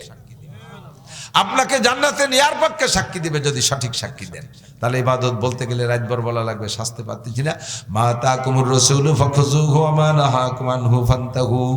আল্লাহ পাকের হুকুম আর নবীর তরিকায় যে কোনো কাজ করব, ওইটা দুনিয়া করলেও ইবাদত, ওইটা আখিরাত করলেও ইবাদত। আল্লাহর হুকুম আর নবীর তরিকায় যদি মিল না খায়, তাহলে আখিরাতের কাজ করলে ওটা ইবাদত হবে না। কথা বলেন ঠিক কি ঠিক না?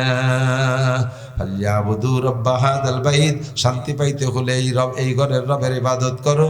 আর ওয়া আমানা আল্লাযী আতাআমাহুম মিন জু ওয়া আমানাহুম মিন খাউফ, যেই আল্লাহ তোমার শান্তির দুইটা উপকরণ দেবে। এক নম্বরে পর্যাপ্ত রিজিকের ব্যবস্থা, দুই নম্বরে নিরাপদ বসবাসের ব্যবস্থা। এবার নবী পাক পরামর্শ দিচ্ছেন, আমি হাদিস পড়ছি শুধু তরজমা আমার দিক, একেবারে ভেরি ভেরি ইম্পর্টেন্ট। হুজুর বলেন দুনিয়ার জিন্দেগিতে যদি শান্তি পাইতে চাও, তাহলে আমার থেকে পরামর্শ নাও তিনটে কাজের মধ্যে শান্তি। হুজুর বলেন আর তিনটে, আল্লাহ তো বলছেন একটা, আর হুজুর বলেন তিনটে। হুজুর বলেন ইজা কানা উমারাউকুম খিয়ারাকুম, যখন তোমাদের দেশের নেতারা ভালো হবে, নেতারা ভালো হবে, নেতারা ভালো হইলে ওই নেতা গভীর রাত্রে আল্লাহর সাথে যোগাযোগ করবে। আল্লাহ রাব্বুল আলামিন, বাংলাদেশ ক্ষুদ্র বাংলাদেশ, অর্থনীতিতে অত্যন্ত দুর্বল, প্রযুক্তিতে জিরো, এদেশে কিচ্ছু নাই, আমরা পরাধীন হয়ে থাকি। বিদেশের থেকে তেল না পাইলে চলতে পারি না। আল্লাহ বিদেশি খাদ্য পর্যাপ্ত না আসলে আমরা অভাবে পড়ে যাই।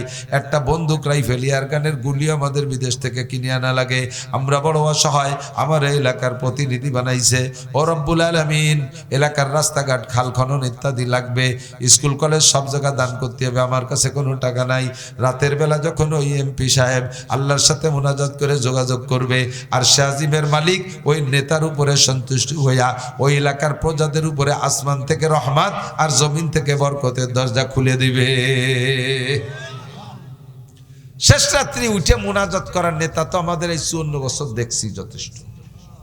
প্রত্যেক বছর সংসদে যারা যেত ওরা তো তাহাজ্জুদ পড়তো, সবাই তবলিগের 3 সিলে দিয়ে সাথে তকবিরে উলা নামাজ পড়তো।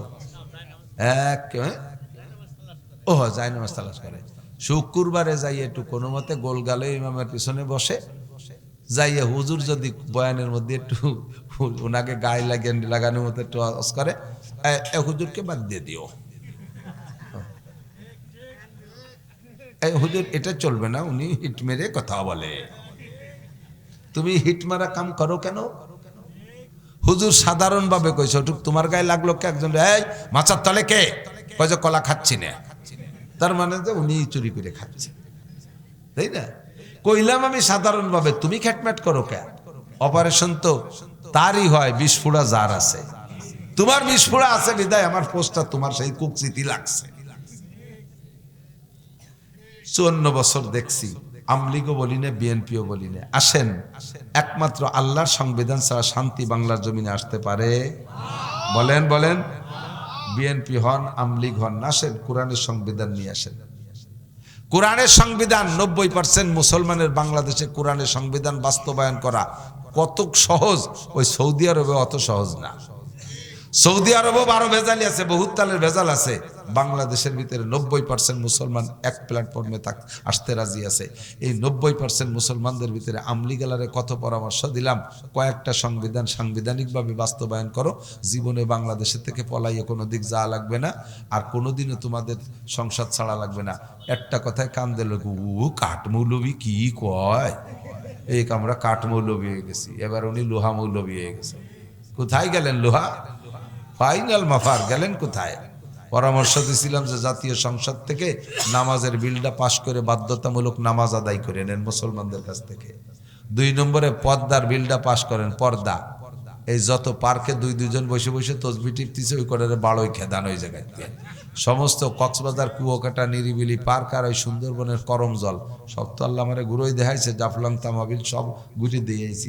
ওই জায়গা যা যা হচ্ছে ওইগুলো বাড়ই দাবড়াইয়ে সাফ করেন, আর গার্মেন্টসের মধ্যে করেন, শিপ বাক করে দেন। নারীরা যে সময় ডিউটি করবে একজন পুরুষও থাকবে না, আর পুরুষটা যখন ওই গার্মেন্টসে ঢুকবে তখন কোনো নারী থাকবে না। থানার পুলিশদেরকে ভাগ করে দেন, মহিলা পুলিশটা এক বেড়াকে, পুরুষ পুলিশ আলাদা বেড়াকে। নারী পুলিশরা পেট্রোল ডিউটিতে রাত্রে যাইতে পারবে না, নারী পুলিশরা ঘরেই থাকবে। হ্যাঁ, রাতের বেলা কোনো আসামি ধরতে হলে সে সময় যৌথভাবে 3-4 জন মহিলা পুলিশ যাবে, 2 জন পুরুষ পুলিশ আর তার মধ্যে একটা মহিলা পুলিশ দিয়ে আসামি ধরতে পাঠাই দিয়েছে। সেটা কিডা আসামি আর কিডা কি দিয়ে কি, তাই তো নিয়ে বিপদে পড়ে। কতক্ষণ ঠিক না? কারে ধরে আসামি ধরতে নিজেকে ধরি বসে কি তার ঠিক? এই সমস্ত আকাম কুকাম বাদ দিয়ে ফ্রেশ একটা পরিবেশ গড়েন। সহজে কইছি পর্দার বিল পাস করেন, পর্দার বিল পাস। আমি কি খারাপ বিলের কথা কইছি নাকি? 14 দফা 13 দফা পরে দেখবেন, আপাতত এই 2 দফায় আদ দেন। 3 নম্বর দফা হলো যত বড় লোকরা আছে টাকার জাকাত আদায় করেন, পাই টু পাই জাকাত আদায় করে 40 ভাগের 1 ভাগ তো জাকাত, ওই টাকা কয়টা ভাগ করে দেন, তাতেই বাংলাদেশের গরিব গোরাবাগে ভিক্ষে করা লাগবে না। আর কোন গরিব মানুষ ব্যারাক অ্যাডামস, কারিতাস, বিআরডিবি, স্বনির্ভর, গ্রামীণ ব্যাংক আর আশা প্রশিকার সাথে সমিতির থেকে লোন তোলা লাগবে না। গরিবরা পর্যাপ্ত টাকা পাবে, পর্যাপ্ত টাকা পাবে। এই টাকা দিয়ে এই জাকাতের বিলটা পাস করে জাকাত উদ্ধার করবেন। তবে উঠোই আবার ভাগ করবেন, জাগে দিয়ে আজ দিয়ে ভাগ করবেন, ও তো তারা মাছ পাহারা দিতে দেয়, তাহলে কি হয় কান্দি দেয়। 3 নম্বর 4 নম্বর বিল বলছি, গোলাম মোহাম্মদ কাদিয়ানি এবং কাদিয়ানি গ্রুপের জাতীয় সংসদ থেকে কাফের ঘোষণা দিতে হবে। বলবেন না ঠিক? কাদিয়ানিরা মুসলমান না কাফের? এইটা সংসদীয় ভাবে 4 বিলির কথা কইছিলাম। তা যদি মানতো হাসিনের জীবনও দেশ ছেড়ে যাওয়া লাগতো না। তা যদি মানে বিএনপি আলা, তারে সারা বাংলাদেশের ভোট আমি কালেকশন করে দেবো। আমরা বক্তারা বর্তমানে 5000 বক্তা বাংলার জমিনে ওয়াজ করে বেড়াচ্ছি। আমরা ডেলি 5000 বক্তায় 5 দুগুণী 10,000 মাহফিল করি। কারণ একজন বক্তা 2 মাহফিল করে এক রাত্রে। এই প্রত্যেক মাহফিলের থেকে ভোট কালেকশন করে দেব, যারা কোরআন সুন্নাহকে সামনে নিয়ে আসবে। আপনারা কি একমত? একমত? যার ভিতরে আল্লাহর ভয় আছে সেই রকম নেতাকে সামনে আনলে নেতা আসমান থেকে রহমত চাইয়ে নিয়ে আমাদের ভিতরে বন্টন করবে। এই জন্য নবী বলেন ইজা কানা উমারাকুম খিয়ারাকুম। 2 নম্বরে ওয়া আগনিয়াকুম সুমুহাকুম। তোমাদের ধনীরা যদি দানবীর হয়, যাকে যতটুকু ধন দৌলত দেওয়া হয়েছে সে যদি তার মধ্যে দানের হাতটা বাড়ায়, তার থেকে দানের হাতটা বাড়ায়, তাহলে দুনিয়াটা শান্তিতে ভরপুর হবে। উমুরকুম শুরা বাইনাকুম। 3 নম্বরে তোমাদের প্রত্যেকটা কাজ আপোষে পরামর্শ সাপেক্ষে। মসজিদ চালাবা কমিটি পরামর্শ, মাদ্রাসা চালাবা কমিটির পরামর্শ, সংসার চালাবা সদস্যদের পরামর্শ, সংসদ চালাবা তাও সংসদ সদস্যদের পরামর্শ সাপেক্ষে। তাহলে দুনিয়ার কোনো অসুবিধা থাকবে না। ফাজাহরুল আরদে খায়রুম মিন বাতনিহা। হুজুর বলেন তখন মাটির নিচের চাইতে মাটির উপরে ভাগের ভিতরে শান্তি বেশি। আল্লাহ তাআলা আমাদের জাগতিক শান্তি পরলৌকিক শান্তি নসিব করে, সবাই বলেন আমিন। মাদ্রাসার বিপক্ষে কারা একটু হাত দেখাবেন? এই মাদ্রাসার বিপক্ষে কারা মোহাব্বতের সাথে একটু হাত দেখাবেন? খালি আমি একা বিপক্ষে না? আমি বিপক্ষে না। আমি নাকি কবে আইছিলাম তো মনে চায় না। গতকাল কোন জায়গা মাহফিল করছি তাই মনে নাই, অমনে রাখা সম্ভব না। আর তো সহ্য করতে পারতেছি না। তো সেইবার আইসে নাকি এই গাছ টাছ সহ বলে কালেকশন করে দিয়ে গেছিলাম। সেই হেফজোখানার ঘর, সেই কালেকশনের গাছ আপনারা অত্যন্ত অমায়িক। হুজুর নিজেই শুকর আদায় করছে, যা যে লেখাইছিল সব দেশে সেই কাঠ, সেই বাঁশ, সেই টিনি ঘর হয়েই গেছে। আমার তো তা মনে নাই, আল্লাহর কসম।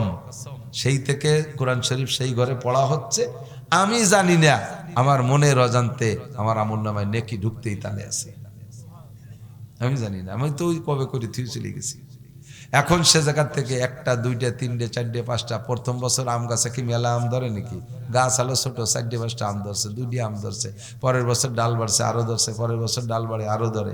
এখন এই বছর পর্যন্ত আসতে আসতে মহিলা পুরুষ 2 জায়গার থেকে 11টা ফল হয়েছে। আমি 11টা আম। বলেন না আলহামদুলিল্লাহ। আপনাদের বাড়ির ভাত খাইয়ে এরা মানুষ হয়েছে। তো মাদ্রাসার পক্ষে আসেন বিদে এত দূর আসছে, বিপক্ষে চলে গেলে কোনো মতে হতো না। সাবধান থাকবেন, পারলে পক্ষে কাজ করবেন, না পারলে বিপক্ষে যাবেন না। যেই বিপক্ষে মুখ খুলবেন তার মুখটা প্যারালাইসিসে পড়ে যাবে। এর দিক বেকা নজরে তাকাবেন, চোখ কানা হয়ে যাবেন। মরার আগে 10 বছর আগেতে চোখে পাওয়ার লেস হয়ে যাবে, পাওয়ার লেস হয়ে যাবে। এরপরে পায়খানার দরজা খুঁজে পাবেন না, বিছেন বড়ি হাঁকবেন। এর বিপক্ষে কোনো মাতুব্বারের বাড়ি আইটে যাবেন, ক্রিমিনালিটি ঠ্যাং খোড়াইয়ে প্যারালাইসিসে পড়িয়ে থাকবেন, হাঁটতেই পারবেন না। এর বিপক্ষে 2 কলম লেখবেন দরখাস্তে, ওই আটখান প্যারালাইসিসে ঝুলতি তালে থাকবে, ওই দিয়ে কোনো কাজ করেন না। ডাইনাত বাতিল, বাম দিয়ে হাঁকবেন, শৌসবেন, খাবেন, সব এক দিয়ে কামতি থাকবে। হ্যাঁ, এর বিপক্ষে জবান খুলবেন, জবান প্যারালাইসিসে পড়ে যাবে। 10 বছর আগের থেকে আর কথা কথি তাহলে হুজুর একটু ডাকেন, একটু মাফ চাই, তাও বাড়ি হচ্ছে না। কেন হয়েছে? কেন ওই হুজুরির সাথে বেয়াদবি হচ্ছে, এই জন্য গালখান ফেলাই দিছে আল্লাহ। কতক্ষণ পারলে উপকার করবেন, না পারলে বিপক্ষে মোটে যাবেন না। এই যে কত দেখছি, কত হাজার দেখছি, যে এই বিপক্ষে পাল্টি এভাবে প্রতিবন্ধী হয়ে পড়ে রয়েছে দীর্ঘদিন। আল্লাহ নিয়ে গেলেও যাইতে পারতেন, তাও নেয় না, ফেলাইয়ে শিক্ষা দেয়। তখন আল্লাহ আপনাদেরকে মৌসুমি ফসল পিএস দেয়, পাট দেয়, প্রত্যেকটা ফসলের 40 ভাগ ভাগ করবেন। 1 কেজিও যদি হয়, এটা কিন্তু ওই টাকার জাকাতের সাথে সম্পর্ক না, এটা ফসলের জাকাত। 40 ভাগের 1 ভাগ, 40 ভাগ 1 কেজি হলে তারও 40 ভাগের 1 ভাগ আপনার খাওয়া জায়েজ নাই, এটা গরিবের হক। 1 মণ হইলে 1 কেজি, 2 মণ হলে 2 কেজি, আর 100 কেজি হলে 2.5 কেজি, এভাবে যত হবে তার 40 ভাগের 1 ভাগ। পাট আর পেঁয়াজ পর্যাপ্ত খরচ আছে এর পিছনে, এই জন্য 40 ভাগের 1 ভাগ এটা দেওয়া ওয়াজিব, এটা আপনার খাওয়া হারাম, এটা গরিব পাবে। তো আপনাদের নিজেদের এলাকার মাদ্রাসাতে অনেক মাদ্রাসা আছে, প্রত্যেক মাদ্রাসার একটা নিজস্ব বাউন্ডারি আছে, ওই বাউন্ডারির ভিতরে যারা আছেন তারা ফসলের 40 ভাগের 1 ভাগ ভাগ করে অর্ধেক নিজেদের মাদ্রাসাটা দিয়ে দেবেন, আর অর্ধেক আশপাশের থেকে অনেক মাদ্রাসা আসবে তাদেরও কিছু দেবেন, খালিয়াতে ফিরেবেন না। আমার সুলতানশী মাদ্রাসাতেও মাঝে মাঝে আসে, আমিও গত বছর জন্য এই পাশে কোন গ্রামে আইছি, এক মসজিদিতে 42 মণ নিয়ে গেছি পেঁয়াজ। সারা বছর আমার মাদ্রাসার খাওয়ার পেঁয়াজ আর কিনা লাগেনি। কি দোয়া করছে আমার হুজুর ছাত্ররা জানেন, আজীব দোয়া। আগের বছর সোহাগ চেয়ারম্যানকে মসজিদের থেকে 52 মণ নিয়ে গেছি। তারপরে বাহিদ্দে এক মসজিদে মৌলানা শফিক সাহেবকে মসজিদের থেকে 50 মণ নিছি। সারা বছরে হয়ে গেছে। আমরা আপনারা পিএস ফলাইয়া বেছে কিনে খাইয়ে কোর্ট কাছারি আদালত ফৌজদারি করে বেড়াবেন, আর আমরা কিন্তু ওই কটা খাইয়ে আবার দোয়া অর্থিত হয় যে আল্লাহ এই পিএস বেছে যেন হজে যায়, পিএস বেছে যেন জায়গায় বসে আরামে চারটে মাছ গোশ কিনে খাতে পারে, আমরা আপনাকে জন্য দোয়া করি। তো এই দোয়াটা নেওয়ার জন্য বিভিন্ন মাদ্রাসা থেকে আসবে, তাদেরও ফিরেবেন না, আর আপনাদের মাদ্রাসায় অর্ধেক দেবেন। রাজি আছেন তো ইনশাআল্লাহ? আপনাদের মাদ্রাসায় যা এবার জাকাতে ওসরে আসবে 40 ভাগের 1 ভাগে তার অর্ধেক এই মাদ্রাসায় দেবেন। এই নিয়ত করতে পারবেন কিনা কিনা একটু হাত দেখাবেন আল্লাহকে। এইবার যা হবে তার 40 ভাগের 1 ভাগের অর্ধেক এই মাদ্রাসায় দেবো, ঠিক দেবেন তো ইনশাআল্লাহ? 40 ভাগের 1 ভাগের অর্ধেক দেবেন এখানে, আর অর্ধেক আর সব মাদ্রাসায় দেবেন, ঠিক আছে তো ইনশাআল্লাহ? নড়েন না, কেউ যাইয়েন না, দিক থেকে বসেন। তো তারপরে একটু নাম লেখাই দিলে একটু আত্মতৃপ্তি হয়। মৌলানা মিজান বলছে, আমি তো শুনছি যে যেদিন থেকে নাম লেখাই দেবেন ওই দিন থেকে হুজুররা দোয়া করা শুরু করবে, আল্লাহ পিএস কটা দেওয়ার আগে যেন উনি না মরে, কমপক্ষে পিএস কটা দেওয়ার আগে যেন না মরে। মাদ্রাসার বিপক্ষে যারা তারা আস্তে আস্তে চলে যান, আর যারা পক্ষে তারা বসেন। চলে যাওয়া লাগে দেখবো যে এই কজন বিপক্ষে। আব্দুল মালেক মাতুব্বার মাদ্রাসার এই বিল্ডিং হবে, এর জন্য 20,000 টাকা। তো ওই হলো ফসলেরটা বললাম, এখন এই বিল্ডিং এর কাজে হাত দিতে হবে। 70 লাখ টাকা লাগবে বিল্ডিং এর কাজে হাত দিতে হবে। 70 লাখ টাকা আপনারা এখানে সবাই মিলে দেওয়ার মতো মানুষ নাই, আমি জানি। তো তারপরও 70,000 টাকা আমরা এখান থেকে উঠাই, 70,000 টাকা উঠুক, তাতে বাকি টাকা ইনশাল্লাহ 70,000-এ বাকি 70 লাখ প্রতি যে কয়টা লাগে টেনে নিয়ে আসবে ইনশাআল্লাহ। ইবতেদা করনা হয় মুশকিল, ইন্তেহা মুশকিল নেই। শুরু করা কঠিন, শেষ করা কঠিন না। তো আব্দুল মালেক সাহেব 20,000 টাকা। আর কোনো আল্লাহর বান্দা কি আছেন 10,000 5,000 টাকা দেবেন বিল্ডিং এর কাজে? 1,000 ইট দেবেন, 100 ফিট খোয়া দেবেন? আছেন কোন আল্লাহর বান্দা? দোয়া করে দেবো ইনশাআল্লাহ। আল্লাহ কোর্ট কাছারি আদালত ফৌজদারি মালি মামলা রোগ ব্যাধি থেকে হেফাজত করবে, জমিনকে সুজলা সুফলা করে দেবে, বরকতপূর্ণ ফলন দেবে। একজন মানুষ বলবেন 10,000 5,000 টাকা দোয়া করব। এই ছোটরা তোমরা একটু বসো, 2-4 জনের আটা দেখলে আরো মানুষ আটা দেয়, তো পরে যে কয়জন আটা দেবে ওর মধ্যে যদি কেউ 10টা টাকা দেনেওয়ালাও থাকে, তোমার আটার সাথে সে আইটি চলে গেল, ওই 10 টাকার গুণা তোমার আমল নামায় জমা হবে। আমাকে যে 10 টাকার লস হলো, ওই 10 টাকার লসের গুণা তোমার আমল নামায়। আছেন কোন আল্লাহর বান্দা 5,000 10,000 টাকা? আমি শুনছি হুজুর কইলো যে প্রধান বক্তা রাতে দেওয়ার মতো অনেক মানুষ বসে রয়েছে, তাইতে আমার এদের কালেকশন। আমি তো কালেকশনের রস পারিও না, করিও না, আমি যা পারি আড়া খাড়া তাই কয়ে দিছি। এখন যদি কোন আল্লাহর বান্দা থাকেন আমার ইজ্জত রক্ষার্থে হলিও আখেরাতের ভয়ে আল্লাহর মোহাব্বতে আপনার পয়সাটা একটু দিনের কাজে লাগানোর জন্য আজই দেওয়া লাগবে তা না, 2-3 মাস পরে দিয়েন সময় মতো। সামনে 2 মাস পরে রমজান মাস আসতেছে, রমজানে দিয়েন। 1,070,000-এর নেকি পাবেন, 7 লাখের নেকি পাবেন। একটু লেখা দেন। আছেন আর কোন আল্লাহর বান্দা? 5,000 টাকা, 5,000 টাকা দেবেন বিল্ডিং এর কাজে। আব্দুল জলিল মাস্টারের নামে 1,000 ইট। আব্দুল জলিল মাস্টারের নামে 1,000 ইট। আল্লাহ দান কবুল করেন, নেক হায়াত দারাজ করেন, হালালভাবে অনেক টাকার মালিক বানায় দেন, সুস্থতার সাথে লম্বা হায়াত দান করেন। মাস্টার সাহেবকে হজ উমরা করার তৌফিক দান করেন। অসুস্থ, উনি অসুস্থ, আল্লাহ মাস্টার সাহেবকে পূর্ণ সুস্থ করে দেন, আল্লাহ শেফা দেন, সুস্থ করে দেন। আর কেউ আছেন, আর কেউ আছেন 1000 ইট দেবেন, বিল্ডিং এর কাজটা শুরু হয়ে যাক। 1000 ইট দেনেওয়ালা কোনো আল্লাহর বান্দা বলবেন? আমি পারতেছি। হ্যাঁ, আমিনুলের বোন, আমিনুল ইসলামের বোন 2000 টাকা। মহিলা মানুষ, কত কষ্টের টাকা। 2000 টাকা দেবে। আল্লাহ তুমি তাকে সন্তানগুলোকে নেককার বানাই দিও, সপরিবারে হজ উমরা করার তৌফিক দান করো, অসুবিধে থাকলে সুবিধে করে দাও। সবাই বলেন আমিন। আর কেউ থাকলে একটু বলেন, আমি খুব ক্লান্ত, আর পারতেছি না, একটা কথা আর বেরোনে আমার জানের কুলাচ্ছে না। একটু থাকলে তাড়াতাড়ি বলেন। আসেন কেউ, দোয়া করব। একটু বলবেন বিল্ডিং এর জন্য উপলক্ষ করে 1000 টাকা, 500 টাকা, 2 বস্তা সিমেন্ট, 5 বস্তা সিমেন্ট দেওয়ার কেউ আছেন? একটু থাকলে বলেন। আমি জানি মৌলানা মিজান সাহেব যেই মাঠে সইসে যায়, ও মাঠে আর চাষ দেওয়ার মতো মাটি দেয় না। তারপরও ছোট একটা ডেলা পাইছি 500 টাকা। এগুলো আছে নাকি কের কাছে? আছে নাকি? একটু দেন দিয়ে, এই যে আছে, পরে আবার পকেটে থুয়ে দেন, আমি তো আর কাড়িয়ে নেবো না। একটু দেখান, একটু আছে, দেবো না, একটু খুঁয়ে থুয়ে দেন। আল্লাহ কবুল করুক। থাকলে একটু নিয়ে আসেন। তা আপনাদের মধ্যে কি একটা গুল্লি দেবে লাস্ট ফিনিশিং, যে বিল্ডিং উপলক্ষে 10টা টাকা হলিও? হ্যাঁ, যে মাশাআল্লাহ, আলহামদুলিল্লাহ, জাযাকুমুল্লাহ। আল্লাহ দান কবুল করেন, নেক হায়াত দারাজ করেন। মাজেদ খন্দকার, একটু তাড়াতাড়ি কোন যারা দেবেন, আমি তো আর পারতেছি না, আমার মাথায় কুলাচ্ছেন। মাজেদ খন্দকার 2000 টাকা। কি নাম তোমার? সাইম। তুমি দেছো? হ্যাঁ, সাইম। আটগড় মিনারের মা, মিলনের মা, 5 কান সিমেন্ট। মারা গেছে কিনা? মিলনের মা। মরহুমা মায়ের রুহের মাগফিরাতের জন্য নেক সন্তান, 5 বস্তা সিমেন্ট। মাকে আল্লাহ জান্নাতি করে দাও। দান করলো শেরালি খান, 5 বস্তা সিমেন্ট। আল্লাহ দান কবুল করে নেন, নেক হায়াত দারাজ করেন, ইমান আমলে বরকত দেন, সুস্থতার সাথে লম্বা হায়াত দান করেন, মরহুমদেরকে মাফ করে দেন। আছেন আর কোন আল্লাহর বান্দা? আছেন আর কোন আল্লাহ?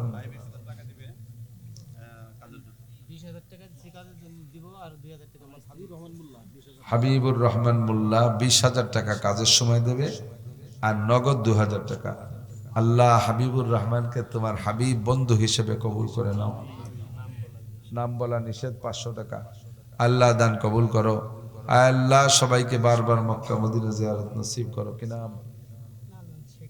লালন, লালন শেখ, কাঁঠালবাড়িয়া, 500 টাকা। আল্লাহ দান কবুল করেন, নেক হায়াত দারাজ করেন, ইমান আমলে বরকত দেন। আল্লাহ সুস্থতার সাথে লম্বা হায়াত দান করেন। সবাই বলেন আমিন।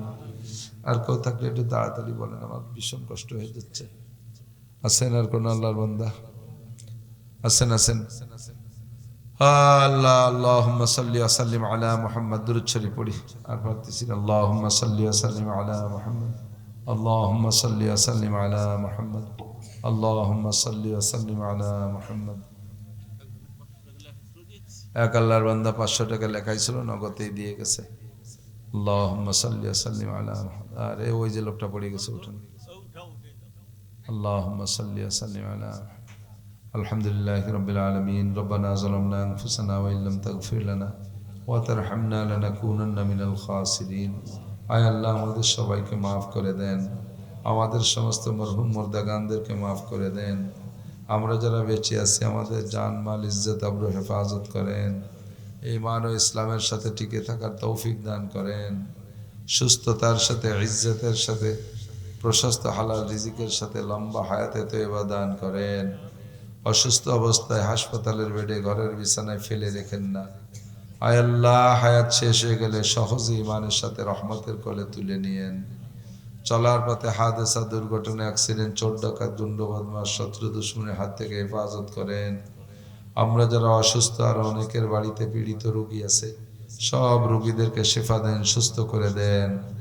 আয় আল্লাহ, যারা অভাবে আছে, হালাল রুজির মাধ্যমে তাদের অভাব দূর করে দেন। আমাদের অনেকের নেক আশা নিয়ে দোয়া চেয়েছে, টাকা দিয়েছে মাদ্রাসায়। মরহুম আব্বা মা, মরহুম সন্তান, মরহুম স্ত্রী, মরহুম অনেক আপনজনদের পক্ষ থেকে টাকা দিয়ে দোয়া চেয়েছে। তাদের সমস্ত মরহুম মুর্দাগানদেরকে মাফ করে দেন, জান্নাতি করে দেন। আয় আল্লাহ, যারা বেঁচে আছে তাদের জানে মালে ইজ্জত আবরুতে হেফাজত করেন। সারা দুনিয়ার মসজিদ মাদ্রাসাগুলো কবুল করে নেন, অভাব অনটন দূর করে দেন। খাস করে এই মাদ্রাসা কবুল করে নেন। মাদ্রাসার সব অভাব দূর করে দেন।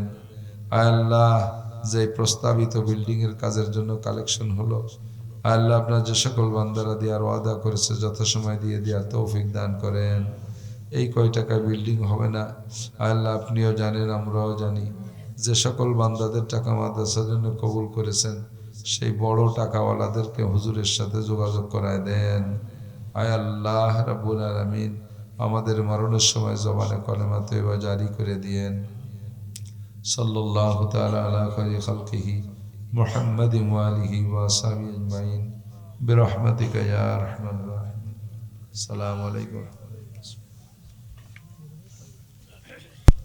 ছাতু খাইছি, আটার যাও খাইছি, রাস্তার পাশেতে বুনো কসুর মুহি উঠই নিয়া তেতল দিয়ে খাটা রাঁধতে চুমুক দিয়ে খাইছি। মুরব্বীরা কন খাইছেন না? আটার যাও খান নাই? আটার যাও খাইছেন? আমার নানি আটার যাও রাঁধতে মামারা ডাঙ্গায় গেছে, চকে গেছে, আপনার কিন্তু ডাঙ্গা করে চক কয়, চকে গেছে। আমি মামা বাড়ি সে সময় ছোটবেলায়, তো ওই মামারা সকালবেলা এসে তাড়াতাড়ি খাবে বিদায়, আমার নানি করছে কি কলার পাতা কাটিয়া উঠোনে বিছাইয়া এই আটার যাও ডালি দিয়েছে, কলার পাতা, যাতে তাড়াতাড়ি জুড়ে যাবে, ওরা এসে খাবে। এর মধ্যে গুয়ালিতে আইডিয়াটা ছুটি আইছে, সব কলার পাতায় মাথায় মাথায় কামড় দিয়ে দিয়েছে, দৌড় বইরে উঠোন গোবর নেপার মতো নেপা হয়ে গেছে। সকালে আটার যাও শেষ, কেউ আর খাতে পারিনি। এই আটার যাও যেমন খাইতাম ওইরকম নিচে দিয়ে বেরোয় যেত, পেটে শক্ত হওয়ার সময় পাত না, ঠিক না?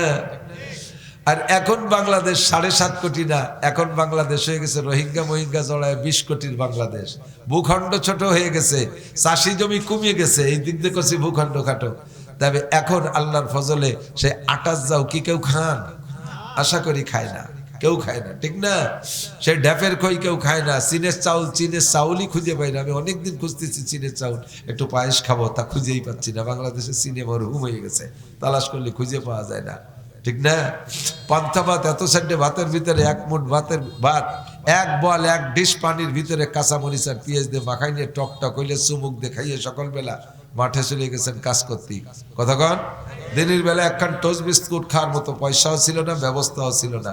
ওই পেট তৈ তৈ করে অবস্থায় দুপুরবেলা এসে 4টে ভাত খাইছেন, ঠিক না? আর এখন পান্তা ভাত ফকিররে দিলেও খায় না। আমার বাড়ি 4টে গরু আছে, যদি কোনোদিন পান্তা ভাত একটু বাসি বেশি হয়ে যায়, ওকে দিলে এক চুমুক খাইয়ে গ্যাড় গ্যাড় করে ঢেক ছাড়ে আর কয়, কাকি একটা সিট থাকলে তাড়াতাড়ি নিয়ে আসেন। আর আমাকে ওই এলাকায় যে এক ফকির ভিক্ষে করে, বুড়ো এক ফকির, আমি নিজেই জিজ্ঞেস করছি যে এই যে ফকির প্রত্যেক দিন চাউল কালেকশন করে আইনা আর এক দোকানে বেশি বেলায়। আমি একদিন কইলে বলা, তুমি এই চাল তো বিক্রি করে খাওয়ার জন্য, তা বেশি বেলে তা খাও কি? তখন মনে হয় 12 ভেজাইলে চাল খাওয়া যায় না। তুমি কি খাও? আমি পাকিস্তানি বাসমতি খাই। ফকির ভিক্ষে করে সেও পাকিস্তানি বাসমতি খায়, তাহলে মিয়া হাসি গুলোই দিয়েন না।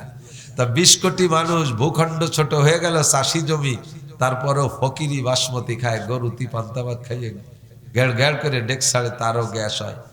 সাধারণ গরিব চাউল কেউই খায় না এখন, ঠিক না? তাহলে বোঝা যায় যে রিজিকের মালিক কে? আল্লাহ। তাহলে আমি আপনি কেন প্রোডাকশন কমাই দিলাম? ছেলে হোক মেয়ে হোক, একটা অথবা দুইটা, এই জায়গা কেন হাত দিলেন? এই জায়গা কেন হাত দিলেন? নবী পাক বলেন, তাজাওয়াজুল ওয়াদুদ আল ওয়ালুদ ফা ইন্নী মুকাসিরুম বিকুমুল উমাম। হে যুবকরা, বিয়ে করার জন্য খুঁজে নাও, যে বংশের মেয়েরা বেশি সন্তান দেয় ওই বংশে বিয়ে করো। যেহেতু তোমার নানি শাউড়ির 10টা আছে, তোমার শাউড়ির 8টা আছে, তোমার কমপক্ষে 6টা 7টা হলেও হবে। তোমার সন্তান যত বেশি, আমার উম্মত তত বেশি। ফাইন্নী মুকাসিরুম বিকুমুল উমাম, তোমার সন্তান বেশি হওয়া মানে আমার উম্মত বেশি হওয়া। আর আমার উম্মত বেশি হলে আমি হাসরের মাঠে আল্লাহ পাকের সামনে গর্বের সাথে উঠব। আল্লাহ আদম থেকে ঈসা পর্যন্ত সব নবী মিলে যে কয়জন উম্মত আনছে, আমি একা তার চেয়ে বেশি আনছি। আর আমি উম্মত তো নিজে বানাতে পারবো না, তোমরা ছেলে মেয়ে বাড়াই বাড়াই উম্মত বাড়াবা। যারা সন্তান বেশি জন্ম দিবা, আমি কিয়ামতের ময়দানে আমার সাপোর্ট পাওয়ার কারণে, ভোটার বাড়ানোর কারণে আমি তার জন্য সুপারিশ করব। আগে জিজ্ঞেস করলে মুরব্বীকে, আপনার কাছে চাচা আপনার ছেলে মেয়ে কয়টা? মুরব্বী বুড়ো যারা আছে, আল্লাহর মাল আল্লাহ 12টা দিছে। হাসিয়ে চাঁদরা উড়োই দিয়ে দিনই এসে গেছে ঠিকই। আমরাই তো 11 ভাই বোন। আমি আমার মার 8 নম্বর সন্তান, আমার মা বেঁচে আছে। তা আমরা 11 ভাই বোন। আব্বার কাছে জিজ্ঞেস করতো, ছোটবেলায় শুনছি তো মুরব্বীরা জিজ্ঞাসা, আব্দুল গনি তোমার ছেলে মেয়ে কয়টা? আল্লাহর মাল আল্লাহ 11টা দেশে। আর এদানিং কালে ছেলে মেয়েকে বিয়ে দেওয়ার পরে 3, 4, 5 বছরের মধ্যে কিছু নাই। ওরে জিজ্ঞেস করবে, জামাল তোরে বিয়ে দিলাম 5, 6 বছর, তোর সাথে গেলাম না বরযাত্রী, তোর শ্বশুর বাড়ি কয় সালে? 16 সালে বিয়ে আনলি না তুই? জি কাকা 16 সালে। তো 7-8 বছর হয়ে গেল, ছেলে মেয়ে তো হাতে করছে, কিছু দেই নে। কাকা এখনো নেই। ওর আব্বারে আল্লাহ দে তো আর ও নিজই নেয়। ওর আব্বার কাছে জিজ্ঞেস করলে কি বলছে? আল্লাহর মার আল্লাহ 12টা দেশে। আর ওর কাছে জিজ্ঞেস করছে, ও কয় এখনো নেই। ওরে আল্লাহ দেন, ও নিজই নেয়। কথা কন ঠিক না? তুমি নিজে নেয়ার ইচ্ছার পর রইছ বিদায় আপাতত 6-7 বছর পর্যন্ত ফুর্তি করে বেড়াচ্ছ, নিচ্ছ না। এরপরে যখন নেয়ার নিয়ত করবা, তখন দরজা কিন্তু তার হাতে, দরজার চাবি তার হাতে। বন্ধ করে দেবে তো আর খুলতে পারবা না। আশরাফ আলী থানভী রহমতুল্লাহ আলাইহি এক মাজজুব পাগল ছিল। এক মাজজুব পাগল থাকে না, পিসাবকে কিছু খাস মুরিদ থাকে, একটু অতিরিক্ত পাগলামি করে, তার জন্য কোনো টাইম টেবিল নেই। তো থানভী রহমতুল্লাহ রাত জাগে ইবাদত করতেন বিদায় দুপুরে খানা খেয়ে একটু ঘুমাইতেন, এরকম আরবিতে কয়লুলা। তো দরজা বন্ধ করিয়া হুজুর ঘুমাইছে, আর হুজুরের খাদেম রে দরজায় বসায় রাখছে যে কেউ এসে ডাকলি বলবি যে আসরের সময় দেখা হবে, এখন হুজুর ঘুমাইছে। তো ভিতর দিয়া খিল দিয়ে ওই দারোয়ান পাহারা দিচ্ছে, আর এর মধ্যে ওই মাজজুব থানভী ঘুমাচ্ছেন। তো মাজজুব আইসা বাইরের থেকে ডাকতেছে, মাই মাজজুব আ গিয়া হো, মাই মাজজুব আ গিয়া হো, দরজা খোলো, দরজা খোলো। ভিতর থেকে আবি খোলনা নেই হ্যাঁ, এখন খোলা হবে না, আসর কে বাদ দরজা খোলনা হয়, আসরের পরে খুলবো। এই 3-4 বার করার পরে তো দরজা ভিতর দিয়ে আটকানো। আর মাজজুব করছে কি, বাইর দিয়ে শিকল আটকাই দিছে, বাইর দিয়ে শিকল আটকাই দিছে। তো বলতেছে, उधर वो दर न खोलेंगे, इधर ये दर न छोड़ेंगे, उधर वो दर न खोलेंगे, इधर ये दर न छोड़ेंगे, कभी हुकूमत है कभी तेरी, हुकूमत है कभी मेरी।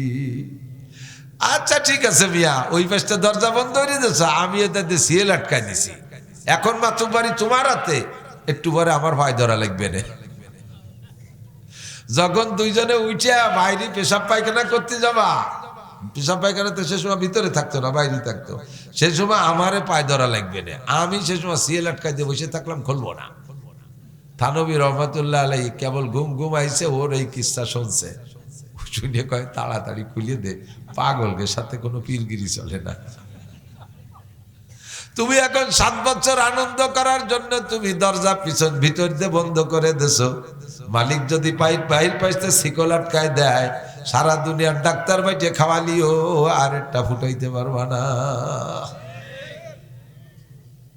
বহু প্রমাণ আছে, খুঁজে দেখেন, যা বলছি সত্যি না মিথ্যা, বহু প্রমাণ আছে। কাজেই যুবকরা যারা ওই জায়গা ফেল করছে, তোমরা যারা বিয়ে নতুন করছে বা করবা বাপ, সাল মেয়ে যা নিবা 800 ধমাধম 5-7 বছরের মধ্যে নিয়ে ফেলবা, কারণ তোমার তো আল্লাহ দেয় না, নিজেই নাও, নিও। প্রথম সময় সন্তান আব্বা মা জুয়ান থাকতে সেগুলো বড় হয়ে যায়, তাদেরকে লেখাপড়া শেখানো যায়, তাদের ভূত ভবিষ্যৎ নিয়ে ভাবা যায়, তাদের একটা ভবিষ্যৎ দেখে যাওয়া যায়। আর তুমি বুড়োকালে যাই একটা নিলে, তোমার হাঁটু দুর্বল হয়ে গেছে, এর মধ্যে সেটা এখনো সাবালেগ হয়ে পারি নাই, এর মধ্যে তুমি দম করে চলে গেলে বয়সের কারণে। আর ওইটা কোন দিক যাবে, তোমার বুড়োকালে ওই এতিমটার কি উপায় হবে? এই জন্য বেঁচে, বাকি হায়াতের মালিক আল্লাহ, আমাদের ফিকিরটা এরকমই থাকতে হবে। কথা কোন ঠিক না? রিজিকের মালিক কে? খাওয়ায় কে? শান্তির মালিক কে? আল্লাহু আকবার। কাজেই যা কিছু চাইবো, ওয়াইজা সালতুম ফাসআলুল্লাহ, চাইতে হলে কার কাছে? আল্লাহর কাছে শান্তি যাব। আপনি শান্তি চান তো?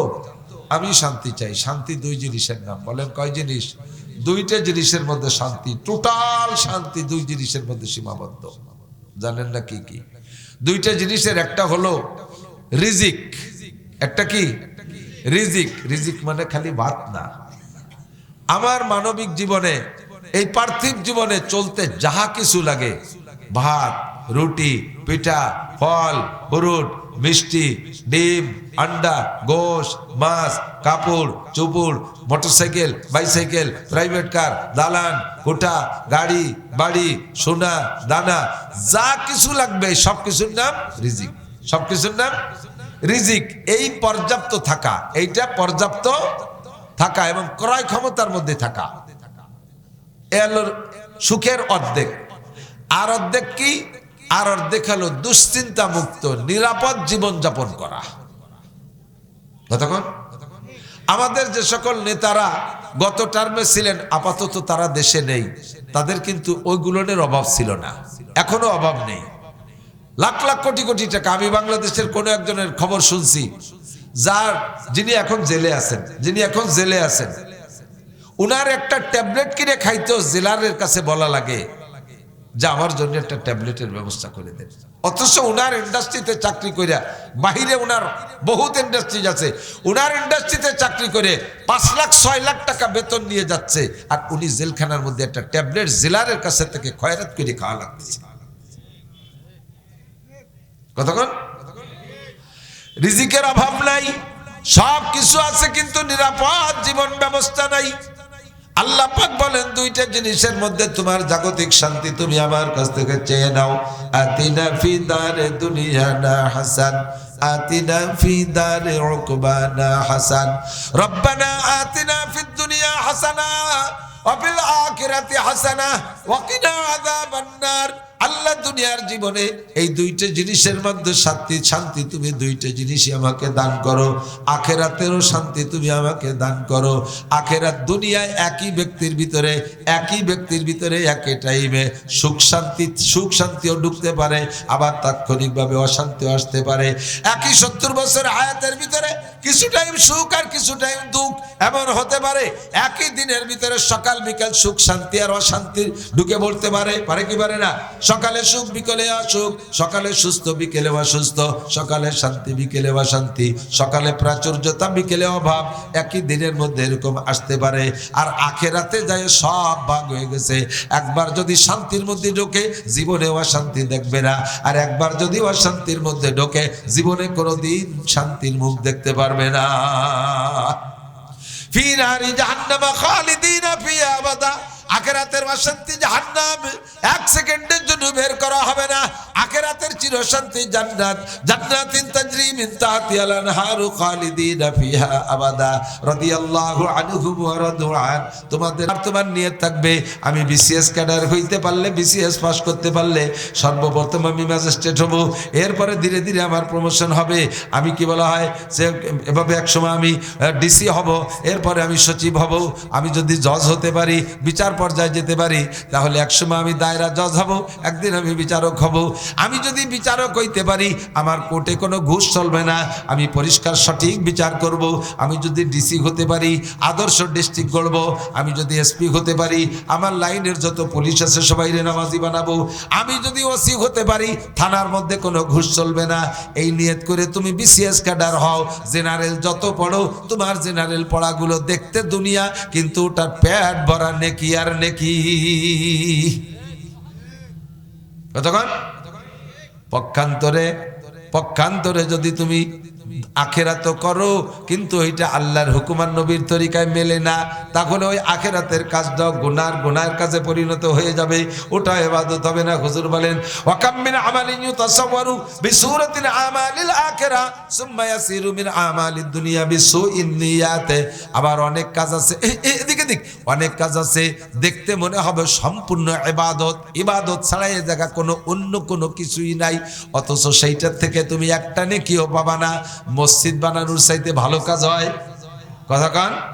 মসজিদ বানানোর চেয়ে ভালো কাজ হয় না, কিন্তু মসজিদটা বানাইয়া নিজেকে কয় বাপ বেটার নাম দিয়ে একটা নেম প্লেট লিখে টানাই দিছো, সাইনবোর্ডও লিখে দিছো। মাদ্রাসা করছো ভালো কাজ, এটা সম্পূর্ণ আখিরাতের কাজ, কিন্তু নিজের নাম লিখে দিছো অমক মোল্লা মাদ্রাসা, অমক ভুইয়া মাদ্রাসা, অমক শিখদের মাদ্রাসা, অমক মোল্লা মাদ্রাসা। এই মাদ্রাসার থেকে অন্য মানুষ পড়ে নেকি কামাই করে ভেসতে যাবে, তুমি খালি হাতে আখিরাতে উঠবা। কথা কি বুঝতে পারছি? তাহলে ইবাদত কাকে বলে? ইবাদত হলো দুই ভাগ। আল্লাহর হুকুম আর নবীর তরিকায় যাহা করব তাহা ইবাদত, হোক সেটা দুনিয়া। আর আল্লাহর হুকুম আর নবীর তরিকায় মেলবে না, ওইটা যদি দেখতে ইবাদত মনে হয় ওইটা ইবাদত না। এই ছেলে তুমি আলেম হচ্ছ কেন, মৌলানা মাদ্রাসা পড়ছো কেন? আমি হাফেজ হব, মৌলানা হব, মুফতি হব, এরপরে আজহারি হব, এরপরে বাজারি হব, এরপরে মাদানি হব, এলাকায় আসব, আমি বক্তা হব, দেশের মানুষ আমার 4-500 পুলিশ নিয়ে প্রোটোকল দিয়ে নিয়ে আসবে, আমার 2 কেন হেলিকপ্টারে নিয়ে আগায় নিয়ে আসতে হবে, এভাবে ইত্যাদি ইত্যাদিতে আমি এক মাহফিলে 3 লাখ 4 লাখ টাকা কামাই করব, সেই জন্য আলেম হচ্ছি। তুমি আলেমও হবা, হুজুরও হবা, হেলিকপ্টারও পাবা, প্রোটোকলও পাবা, লাখ লাখ টাকাও পাবা, তোমার কথার দ্বারা মানুষ হিদায়ত পেয়ে ভেস্তে চলে যাবে, তুমি খালি হাতে ফাঁসা থাবড়াতে থাবড়াতে দোজখে যাবা। কতক্ষণ তুমি শূন্য হাত। রমজান মাসের রোজা রাখা নফল না ফরজ? রমজানের রোজা নফল না ফরজ? 30 দিন রোজা রাখছেন, এবার ঈদের দিন সবাই খায়, ঈদের দিন সবাই খায়, খায় না? আপনি খালি সেহরি খাইয়া রোজা রয়েছেন, ঈদের দিন আপনি খাচ্ছেন না কিছু, ঈদের দিনও রোজা রয়েছেন, সবাই খাচ্ছে, আনন্দ ফুর্তি করতেছে, আপনি ইফতারির সময় বড় খানসা ভরে 20 প্রকার ইফতারি নিয়ে আগের থেকে বসে তসবিহ তাহলিল করে ব্যাগটাই বুকটাইয়ে আজান দেবে দেবে 5-7 মিনিট আগে মোনাজাত তুলছেন, আল্লাহ আজকে আমি আর তুমি ছাড়া জায়গা কেউ নেই। দেখো সারা দুনিয়ার সব মানুষ কিভাবে খাইয়ে আইডির মতো উক্কা মারি বেড়াচ্ছে।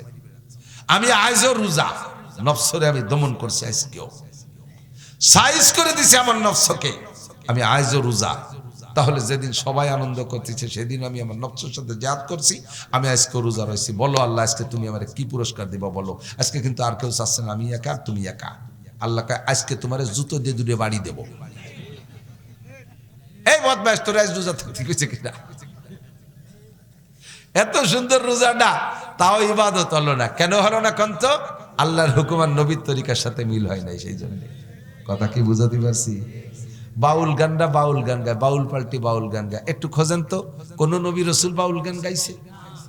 আবু হানিফা, শাফি, আহমদ, মালিক, বুখারী, মুসলিম, তিরমিজি ওয়ালা সাহাবা ইকরাম গাইছে বলে মনে হয়? খুঁজে দেখেন ইতিহাস। একজন সাহাবা গাইলো না, একজন নবী গাইলো না, একজন তাবেইন গাইলো না, একজন তাবে তাবেইন গাইলো না, একজন ইমামরা গাইলো না, আহমদ শফি সাহেব গাইলো না, সদর সাহেব গাইলো না, আমাকে বাহিদদের হযরত মাওলানা আব্দুল আজিজ সাহেব রহমতুল্লাহ আলাইহি বাউল গান গেল না।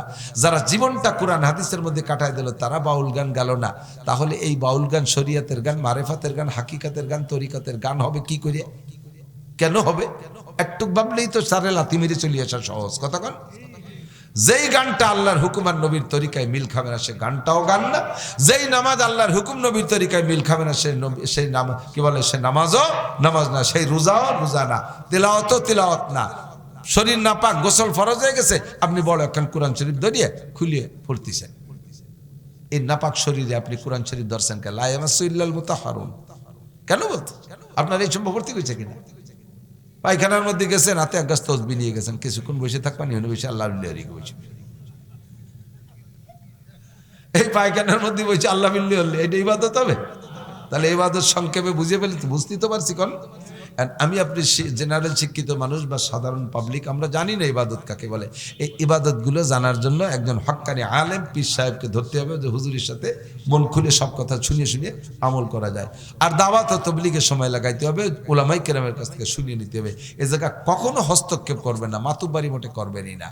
আল্লাহু আকবার। একজন মুসলমানের পক্ষে, একজন মুসলমানের পক্ষে কথা বলা, ভালো মানুষকে সমর্থন দেওয়া, এটা ইবাদত, এটা ইবাদত। এই যে সামনে নির্বাচন আসতেছে, এটাও ইবাদত হবে, নির্বাচন ইবাদত হবে।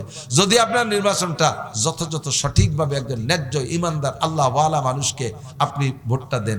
এদিক তাকাবেন, মাল্লাম ইয়াখাফিল্লাহ লাম ইয়াখাফিন নাস। আমার কাছে ভালো করে বলেন, বুঝেন, এদিক তাকান, আবার তাকান। বারবার এই কথাটা ইম্পর্টেন্ট বিদ্যে আপনাদেরকে মনোনিবেশের জন্য বারবার এই কথা বলতেছি। মাল্লাম ইয়াখাফিল্লাহ, যে আল্লাহকে ভয় পায় না সে কি মানুষকে ভয় পেতে পারে? বলেন। যে লোকটা নামাজ পড়ে না ও কি আল্লাহকে ভয় পায়? যে রোজা রাখে না আল্লাহকে ভয় পায়? যে সুদ খায় সে কি আল্লাহকে ভয় পায়? যে ঘুষ খায় সে কি আল্লাহকে ভয় পায়? যে জাতির মাল মারি খায় সে আল্লাহকে ভয় পেতে পারে না। কথা কোন ঠিক না? যে মানুষের হক নষ্ট করে আল্লাহর ভয় তার ভিতরে নেই। যে লোক পুরুষ হয়ে পর্দা করে না সে আল্লাহকে ভয় করে না। মহিলা হইয়া গায়ে মাথায় কাপড় নাই আল্লাহকে ভয় করে না। মাল্লাম ইয়াখাফিল্লাহ, যে আল্লাহকে ভয় করে না, লাম ইয়াখাফিন নাস, সে মানুষকে কখনো ভয় পেতে পারে। আর মানুষকে আপনাকে যদি ভয় না পায় তাহলে সে আপনাকে কি সেবা করবে, সে কি খেদমত করবে? তার ভিতরে আপনার কোনো ভয় নেই। কি হয়েছে, ও নগরকান্তা শালতো, ও আমার এক কলমের খোসা, এই কইয়ে খোসাই দিয়ে এটি চলে গেল, আপনার সব মারি ধরে খেয়ে ফেললো। যার ভিতরে আল্লাহর ভয় নেই, যার মধ্যে আল্লাহর ভয় নাই, সে কখনো মানুষের ভয় পায় না। ঠিক কিনা? আপনি কোর্ট কাছারিতে যাবেন, এই মালি মামলা করা ইবাদত, মামলা করা ইবাদত, এদিক থেকে মামলা করা ইবাদত। কালকে যাইয়েই বাড়ির পাশে যারা যারা আছে সবার নামে একটা মামলা করে দেবেন, ইবাদত। কোন মামলা করা ইবাদত? ন্যায্য মামলা, ন্যায্য মামলা, সঠিক মামলা। কেউরে আপনি কোনোভাবে বুঝাইয়া ভালো করতে পারতেছেন না, সে জুলুম করেই যাচ্ছে, তার এগেনস্টে মামলা দিয়ে তাকে সংশোধন করার জন্য মামলা দেওয়া। এখানে কোর্ট কাছারির আশ্রয় নেয়, নিজে হস্তক্ষেপ করবেন না, এখানে কোর্ট কাছারির আশ্রয় নিয়ে মামলা দিয়ে তাকে সংশোধন করা, এটা ইবাদত হবে। কিন্তু মানুষের নামে মানুষের মিথ্যা মামলা দেওয়া, একই মামলা, একই মামলা, আগে কইলাম ইবাদত, আর সেই মামলা যদি মিথ্যে হয় তাহলে কি হবে? ইবাদত না গুনাহ? একটু ইবাদত না গুনাহ? কি গুনাহ জানেন? এদিক এদিক এদিক কি গুনাহ জানেন? আপনাদের এদিক তো মালি মামলা নাই, একেবারে পরিষ্কার। হ্যাঁ, মালি মামলা আছে নাকি? মালি মামলা, আল্লাহু আকবার। যে দেশে রাত্রি হেসাক জ্বালায় কাজি করে সেই দেশে এবার মামলা নাই। আল্লাহ